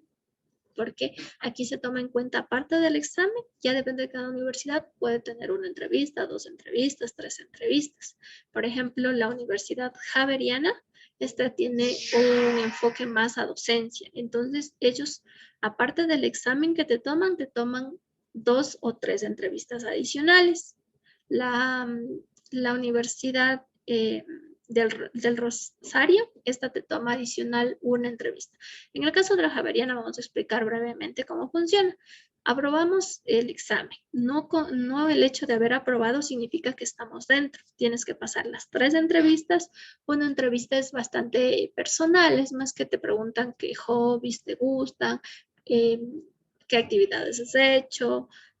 Hay otra entrevista que es de dilemas. Te dicen si es que, por ejemplo, tú sabes que tienes que dar tal diagnóstico y tal solución al paciente, y tu profesor que está dentro de la residencia te dice que no es así, que hagas lo contrario, ¿qué vas a hacer? Cosas así, de dilema. Y hay otra entrevista que es un poco más formal, como una entrevista de trabajo. Aquí sí suma que expliques por qué te postulas a esta universidad y por qué no a otra, o por qué no a una de tu país, etc. Entonces, hay que ser lo más sincero posible.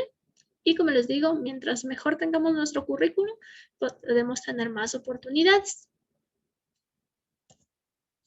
Dentro del curso de preparación que tenemos, tienen diferentes herramientas. Básicamente todos nuestros cursos tienen estas herramientas, pero están adaptados el contenido para cada examen. Es decir, si nos vamos a presentar para Italia, el curso es en italiano, los simulacros son en italiano y son adaptados al examen SSM. En el caso de Colombia, lo importante que debemos recalcar es el generador de exámenes. tenemos un tema de simulacros de examen, pero en Colombia varía mucho de examen a examen, de año a año, de universidad a universidad. Por tanto, se recomienda usar el generador de exámenes que tiene una base de más o menos unas 4.000, 5.000 preguntas. Estas preguntas se pueden practicar diariamente, semanalmente, como nosotros querramos. Y abarca preguntas del MIR, preguntas de la UNACOM, preguntas del ENAR, también tiene preguntas de Colombia, preguntas de AFEMEC y de Ecuador. O sea, es una variedad de preguntas, porque hay ciertas universidades en el caso de Colombia que, por ejemplo, los exámenes se asemejan al UNACOM, o hay ciertas universidades que los exámenes se asemejan al MIR. Entonces, es importante esta herramienta. Este curso también le incluye los manuales de Colombia. Estamos trabajando con la segunda edición para Colombia. Son 21 manuales. Ahí podemos ver el listado de las asignaturas. Aquí en Colombia te toman bastante lo que es ciencias básicas y luego lo que es ciencias clínicas. Estas son nuestras redes sociales. Estamos en Facebook, Twitter, Instagram. Y nos pueden seguir. Y finalmente les voy a dejar mis contactos. Estos son mis contactos. Cualquier duda que tengan me pueden escribir al WhatsApp, al correo electrónico. Y no se olviden que para participar en lo que es la beca del predoctor, es una beca semestral, necesitamos requisitos como su correo electrónico y su teléfono para, en caso de que tengan problemas con la habilitación de esta plataforma, poder solucionarlo vía WhatsApp. No sé si tenemos alguna pregunta, tal vez.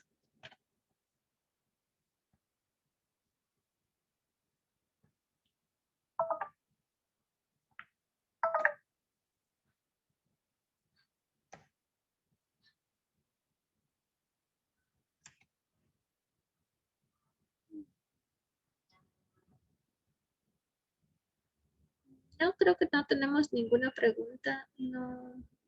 A ver, alguien levantó la mano. Alice, ¿qué pregunta tenemos? Sí, buenas tardes, Cecilia. Yo había visto que ya habían también creado cursos para el USMLE. Sí, así es. Tenemos un curso de preparación para el Step 1 y el Step 2.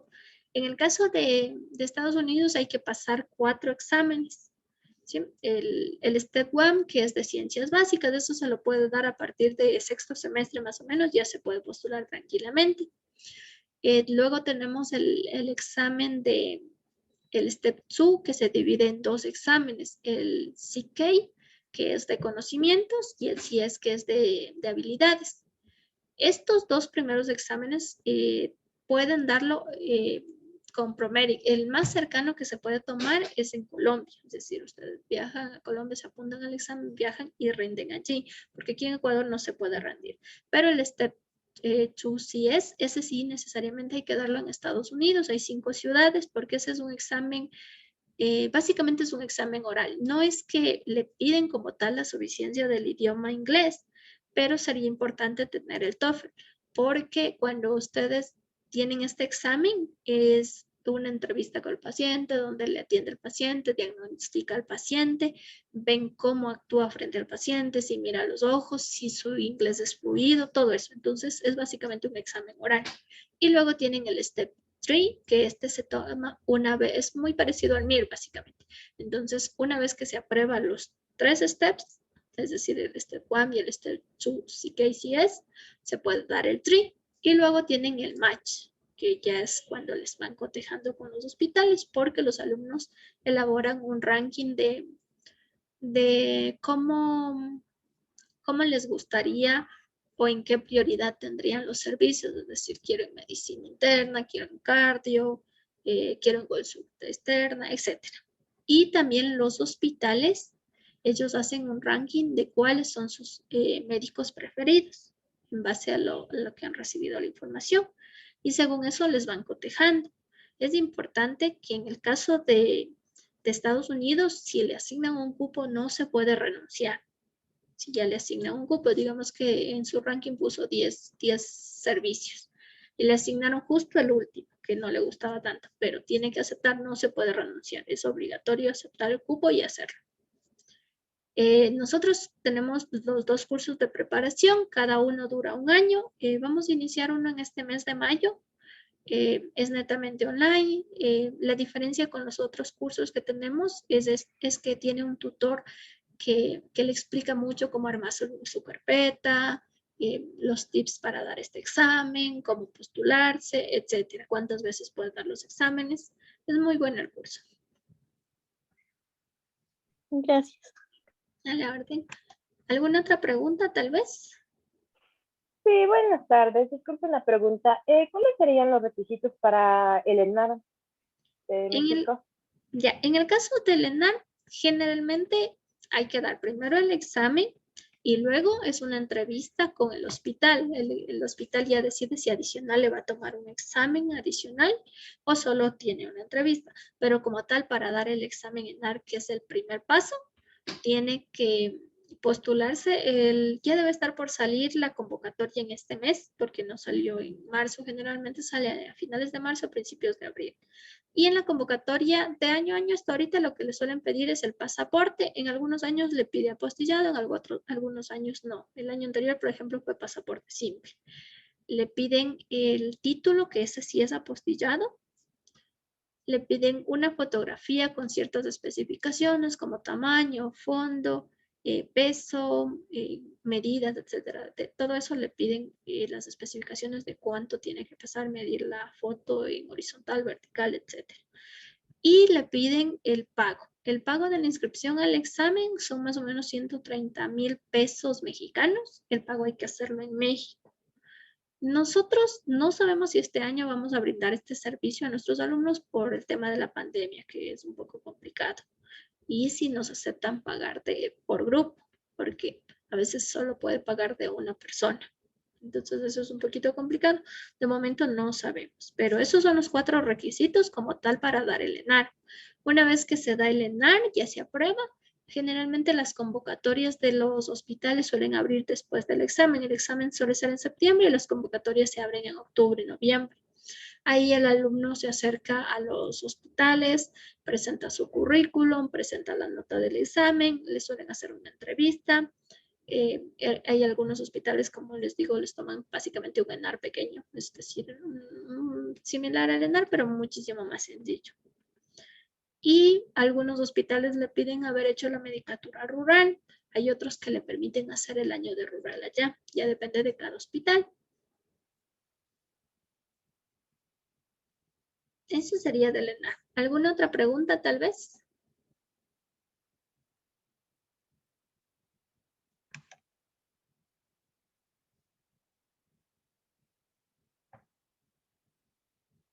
¿No? En chat tal vez tenemos alguna pregunta. Voy a dejar de compartir la pantalla para poder ver si es que tenemos en chat alguna pregunta.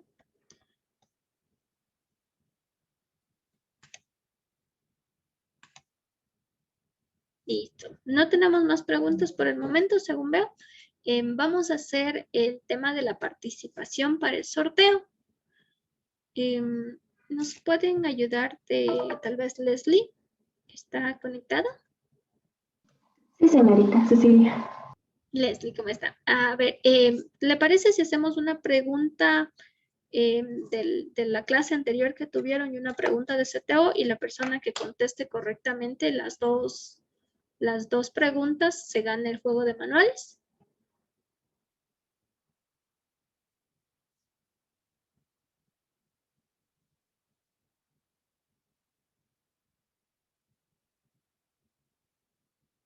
Tengo una consulta de alguien que nos dice, Aura Cristina. Ya, en los posgrados que son remunerados es el de Estados Unidos, el de España, el de Italia y el de Colombia. El de Colombia sería más o menos como que sí compensa, porque como tal el alumno se inscribe a la universidad, paga un estipendio a la universidad, pero el posgrado se hace se hace la residencia dentro de un hospital y el hospital le remuneran, entonces más o menos es compensado. Mariuxi nos pregunta la última versión de los manuales CTO. Estamos trabajando en el caso de México, la última edición es la 5ª. En el caso de Italia estamos trabajando igualmente con la 5ª edición, Colombia la 2ª edición y para España estamos ya trabajando con la 11ª edición.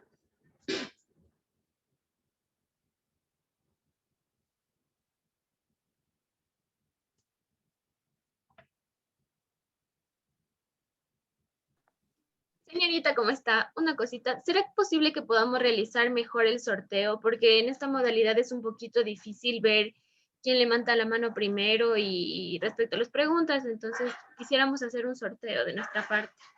Ya, listo. Entonces, tal vez tienen el listado o que nos escriban los chicos que quieran participar en el sorteo con su nombre o su correo y les registramos rapidito. Sí, precisamente en este momento íbamos a crear un drive para todos los que quieran participar con los datos que usted requiera. Ya, perfecto, está bien. Está bien, puede ser con el correo o puede ser con el teléfono y el nombre del alumno, nombre y apellido, nada más. Entonces, Ya, deme unos segunditos, ya en este momento le gestiono eso. listo. Chicos, recuerden que para poder obtener los libros tienen que estar presentes. Se hace el sorteo, se verifica que esté el alumno y diga que está presente para hacerse acreedor de los libros. En cuanto a la entrega de los libros, nosotros coordinaremos para que si es que están cerca aquí en Quito, se acerquen directamente a nuestra sede a retirar, coordinando un día específico, o si no, se puede hacer la entrega a SUSEM para que les entreguen a ustedes. Ya. No sé si tenemos alguna pregunta adicional. Mientras tanto, les podemos explicar brevemente del ENAR, si les parece, o del MIR, el posgrado, cómo funciona.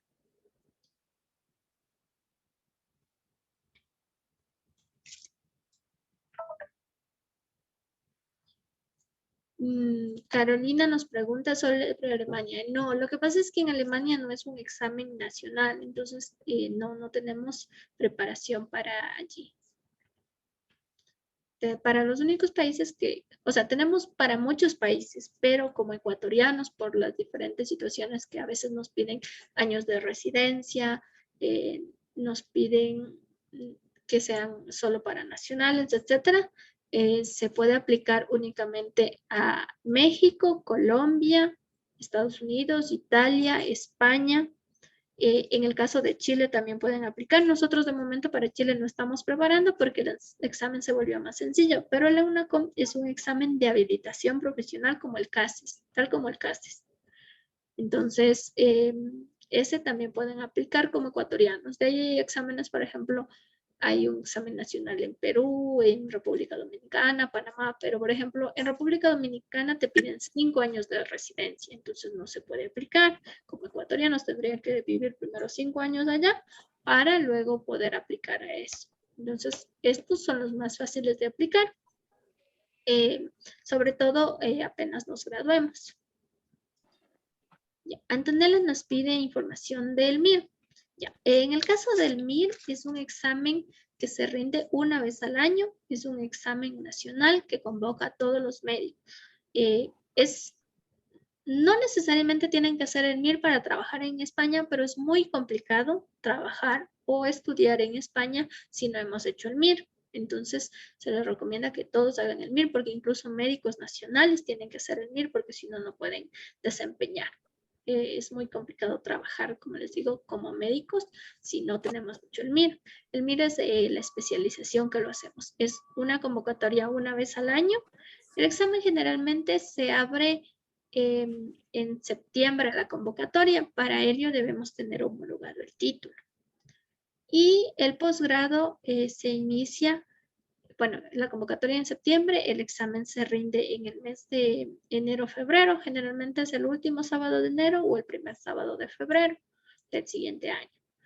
Lamentablemente este año por la pandemia sí hubo un retraso con la convocatoria. Por ejemplo, la convocatoria recién salió en el mes de diciembre y el examen lo acaban de rendir el 27 de marzo. El próximo año esperamos que mejore esta situación y puedan rendirlo como siempre, que es a finales de enero, principios de febrero. Una de las ventajas que sí tienen debido a este tema del COVID es que están necesitando más médicos y han abierto más plazas. Por ejemplo, hace 2 años el posgrado había más o menos unas 250 plazas. El año anterior abrieron 300 plazas para extranjeros y este año son 387 plazas, es decir, cada vez aumentan las plazas. Es un posgrado remunerado, esa es una ventaja. El coste de vida en España, obviamente dependiendo cómo uno quiera vivir en España, porque puede ser que comparta piso, como quiere un piso independiente, quiere en una ciudad grande o en una ciudad pequeña.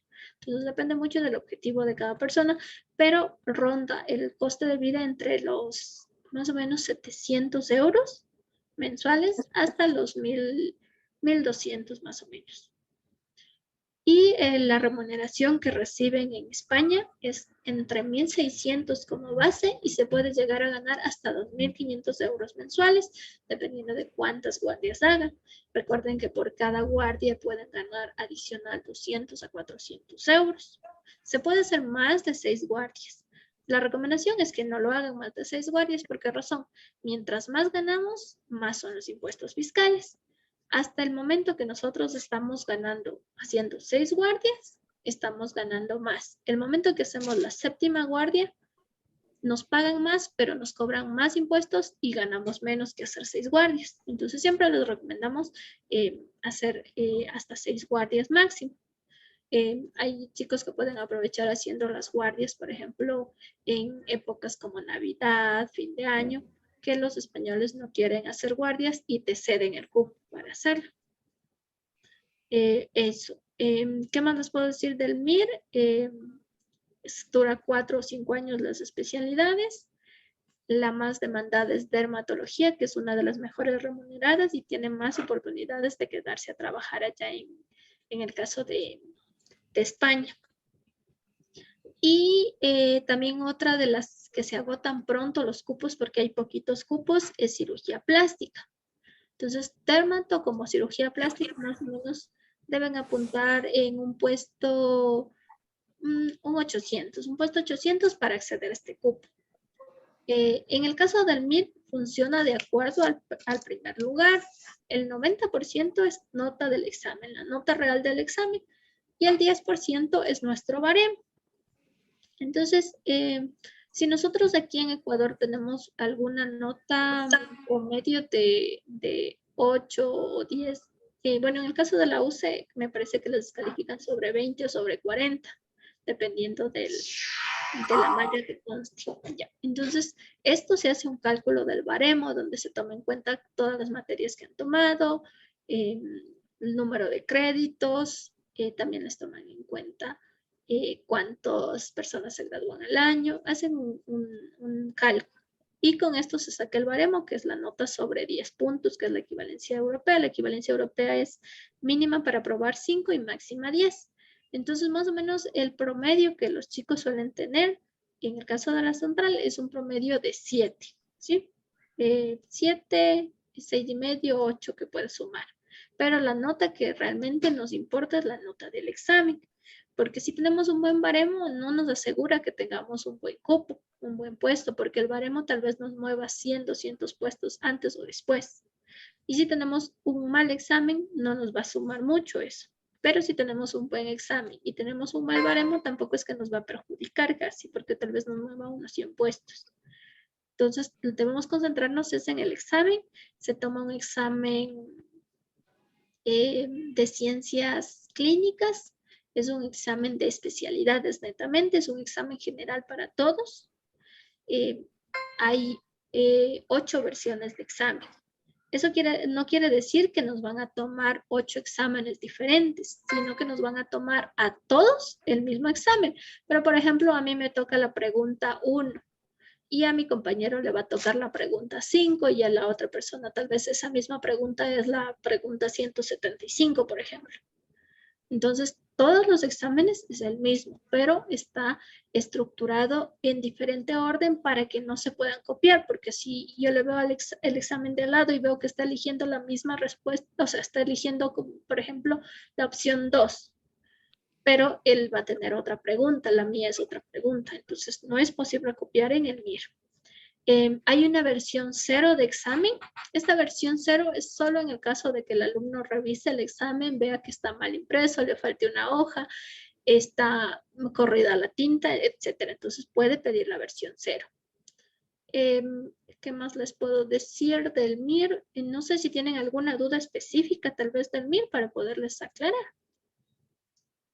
Sí, disculpe. Tal vez es necesario ya tener la medicatura rural para aplicar. En el caso de España no les piden la medicatura rural. Inmediatamente se gradúa, empieza el trámite de homologación del título y puede postular. Ya no es obligatorio la medicatura rural, simplemente da el examen, hace el MIR, y una de las ventajas de hacer primero el MIR y luego de la medicatura rural puede ser el hecho de que cuando usted venga aquí, como aquí en Ecuador, sí es obligatorio la medicatura rural, pero al tener un título de especialista tiene prioridad, es decir, que puede ser que le toque en la misma ciudad, tal vez digamos si estoy aquí en Quito, me toque el Hospital Calderón, por ejemplo. Entonces, esa es una ventaja de hacer primero el MIR y luego la medicatura rural, porque aquí no piden obligatorio. Y si se queda a trabajar en España, porque igualmente si es que tiene, hace muchos contactos allá y le dan la oportunidad de quedarse trabajando allá, se puede quedar, no necesariamente tiene que retornar.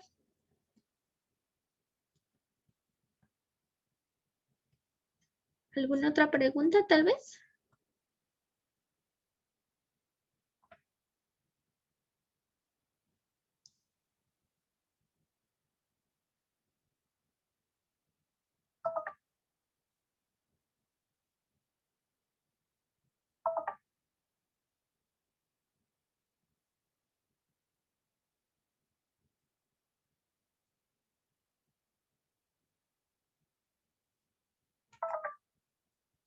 ¿Cuánto cuesta hacer la especialidad en España? Nos pregunta Daniela. No, en España no tenemos que pagar nosotros, a nosotros nos remunera. Nosotros nos inscribimos como tal al examen que ronda entre los 30 a 40 euros. Aprobamos el examen y ya tenemos que hacer la residencia dentro de un hospital, por tanto el hospital nos da como un contrato de trabajo y nos remuneran ellos. Nos remuneran, como les dije, entre 1.600 euros de base y podemos llegar a ganar hasta 2.500 euros, dependiendo de la ciudad, la especialidad que hemos elegido, el año de residencia. Entonces, esa es una ventaja de España que nos paga. Como les dije, en Italia también es muy similar. España también nos paga. Pero obviamente en Italia el coste de vida es un poquito más alto. En España está entre 700 y 1.200. En Italia está más o menos entre 1.000 y 1.500 euros el coste de vida. Entonces es más alto en Italia el coste de vida, pero el pago es muy similar. Es decir, entre 1.600 a 2.500 euros mensuales.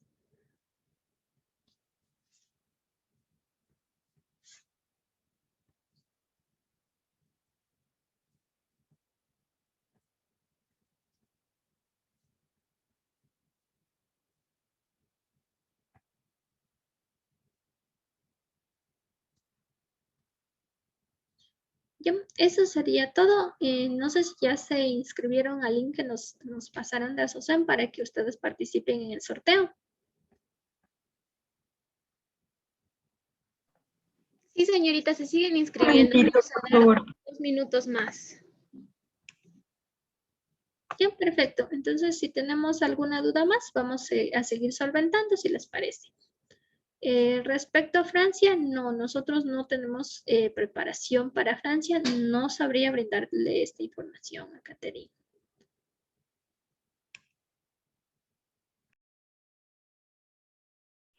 Disculpe también para el ENARM, no sé si es que las residencias son remuneradas, digo, igual que los otros exámenes, y si es que, por ejemplo, cuentan actividades extracurriculares para la carpeta, o qué tanto peso tiene. No comprendí muy bien este tema. Lo de la remuneración, Emilia, que me comentabas. Ah, sí, en el ENARM preguntaba si es que es igual remunerado, al igual que en España o en Italia. Eso, y qué qué tanto peso tienen las actividades extracurriculares en la carpeta para aplicar. Ya, en el caso de México no es remunerado, es decir, es autofinanciado. Los posgrados este año anterior subieron y están costando más o menos unos 7,000, 8,000 el año. Hay que pagar un valor a la universidad y un valor al hospital porque hay que hacer la residencia dentro del hospital, pero se paga como una matrícula a la universidad y también al hospital. Entonces son más o menos unos 8,000 al año que hay que gastar. El currículum depende mucho del hospital porque básicamente es el examen y luego del examen usted se presenta a la entrevista. En la entrevista hay hospitales que solo le hacen como una entrevista de trabajo, o sea, bastante sencilla. Hay otros hospitales que le toman, como les dije, un examen adicional, pero hay otros hospitales que sí suma si es que ha hecho alguna actividad extracurricular, ¿sí? Como algún curso adicional, si es que ha tomado algún curso de actualización, algún curso que tenga valor académico, pero realmente no es necesario, o sea, no es obligatorio tener esto. Y además se puede postular por todos los hospitales que deseen que abran la convocatoria. Hay hospitales que abren más o menos en septiembre, octubre, noviembre, y hay otros hospitales que abren más o menos enero, febrero. Entonces se puede postular.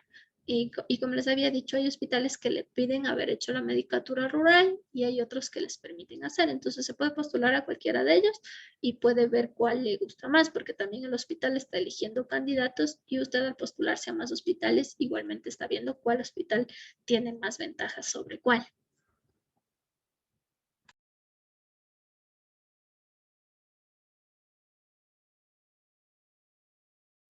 Tenemos otra pregunta que nos dice Anthony, nosotros no preparamos para Suecia. En el caso de Europa únicamente preparamos para España, para Italia.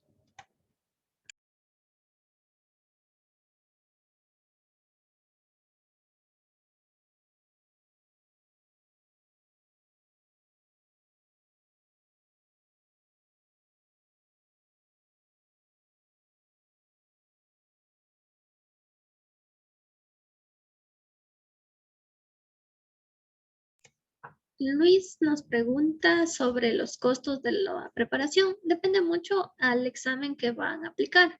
Les voy a decir el costo de contado, pero también tenemos un costo aplazado para que lo puedan pagar en cuotas.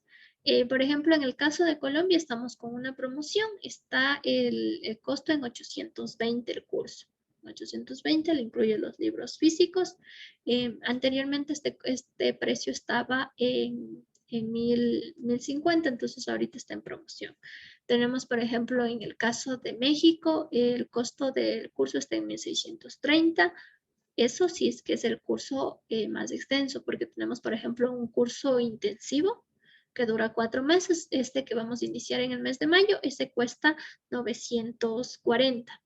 Y tenemos, en el caso de Italia, este es en euros. Netamente en euros el costo está en 2,000 euros, pero sí solemos sacar alguna promoción. Por ejemplo, estábamos a principios del año con una promoción en 1,550. Entonces, sí solemos sacar ciertas promociones. Ahorita está en 2,000 euros. En el caso de España tenemos diferentes cursos. Tenemos un curso online, curso presencial Ecuador, presencial España, un Concentramir en España. Pero el más económico es el online. Este está en 2,450 dólares y también le incluyen los libros. Todos estos cursos generalmente le incluyen libros. El costo, claro, el costo de todos los cursos.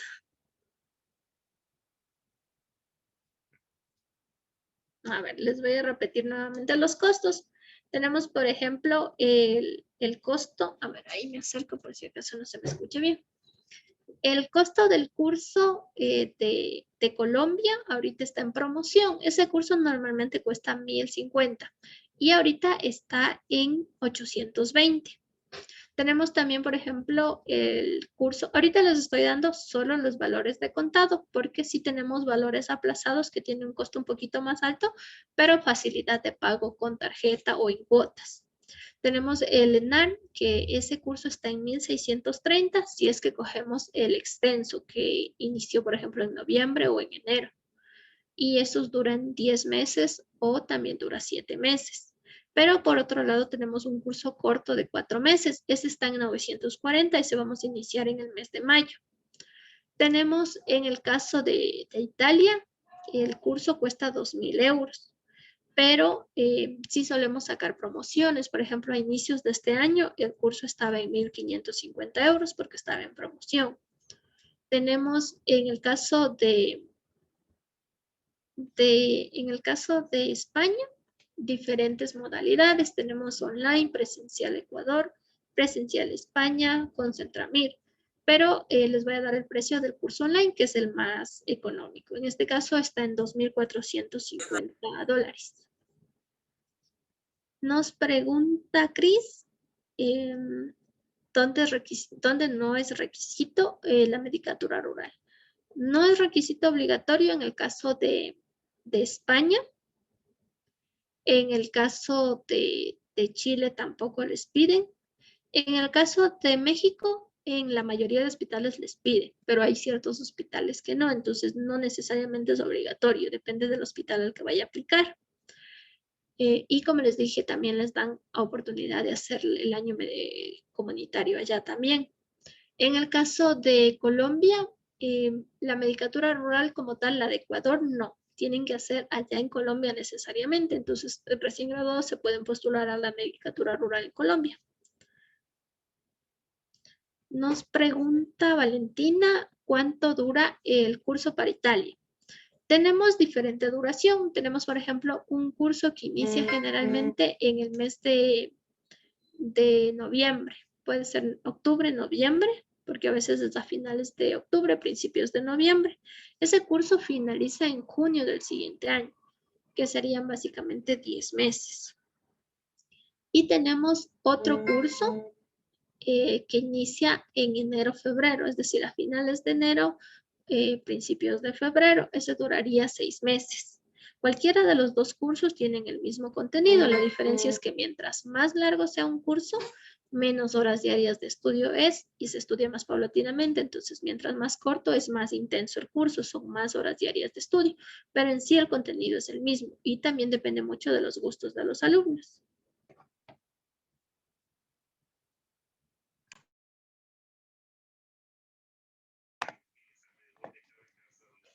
Listo, señorita Cecilia, ya está la lista, le enviamos el Excel a su correo para que pueda realizar el sorteo o si gusta, nosotros lo hacemos desde acá, como usted prefiere. Sí, ya les comparto la pantalla para realizar el sorteo. Denme un momentito, por favor.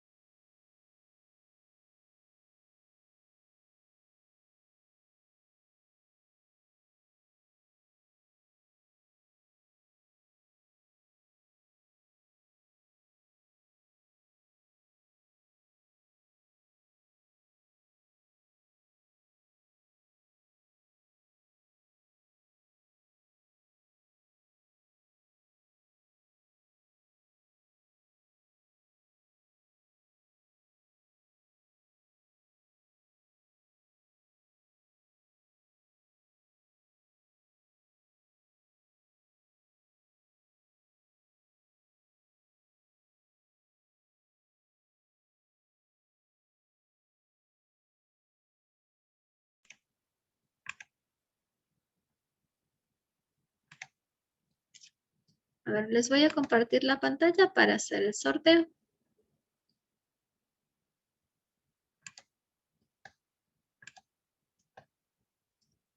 ¿Ahí todos pueden ver la pantalla? Sí, ya se puede visualizar. Listo. A ver, entonces son 44 participantes. ¿Sí? Yo ya tengo los datos, el teléfono y el correo para coordinar la entrega de los libros. Entonces vamos a hacer el sorteo. Señorita, una cosita antes. ¿Puede borrar mi nombre? Es que solo lo puse para probar si funcionaba el formulario. Es la antepenúltima, la penúltima, disculpe. La penúltima. ¿Gloria Natalie? Sí. ¿Sí? Ya. Ya, ahora sí. Gracias. Listo. Entonces serían 43 personas que van a participar en el sorteo. ¿Lo hacemos a la primera ocasión, les parece? ¿O sorteamos al tercer, que es el ganador?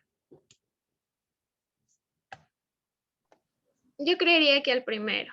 Ya, entonces recuerden chicos, el ganador tiene que estar presente, levanta la mano o escribe en el chat. Si es que no contesta, se procede a sortear nuevamente.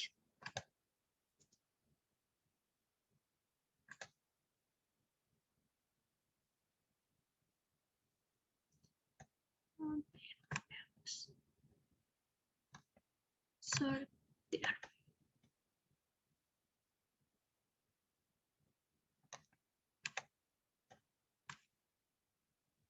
Listo, tenemos los nombres. Ah, está 2 veces Carolina Estefanía.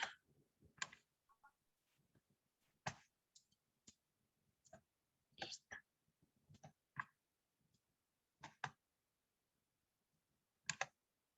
Sorteamos y el ganador es Jessica Daniela Rodríguez. Jessica Daniela, ¿está presente?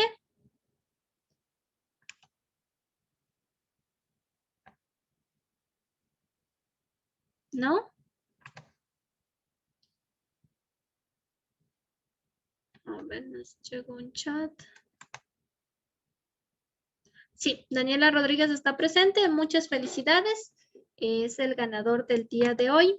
Y ya te escribo por interno para cualquier duda que tengas para hacer la entrega de los manuales. Lo que sí necesitamos, chicos, no se olviden, para el premio que nosotros les habíamos ofertado para todos, que es el curso de Predoctor, que van a tener activo durante 6 meses y van a tener acceso también a lo que es los manuales, van a tener acceso a los manuales digitales, van a tener acceso al generador de exámenes, casos clínicos, etcétera.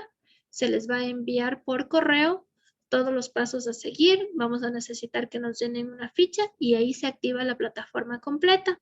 No se olviden que deben respondernos para hacer efectivo el premio, para hacerlo máximo en este mes. Si es que no lo hacen efectivo en este mes, recuerden que después no pueden reclamar su premio. Entonces, por eso les digo, les dejo igual mis contactos, cualquier duda que tengan. Igual pueden coordinar con los chicos de ASUSEM, con Leslie o con Natalie y me avisan cualquier duda que tengan. Muchísimas gracias, señorita Cecilia. A la orden. Muchísimas gracias a ustedes y que tengan muy buena tarde. Gracias, chicos, por su asistencia y nos vemos el próximo miércoles a la misma hora. Un gusto.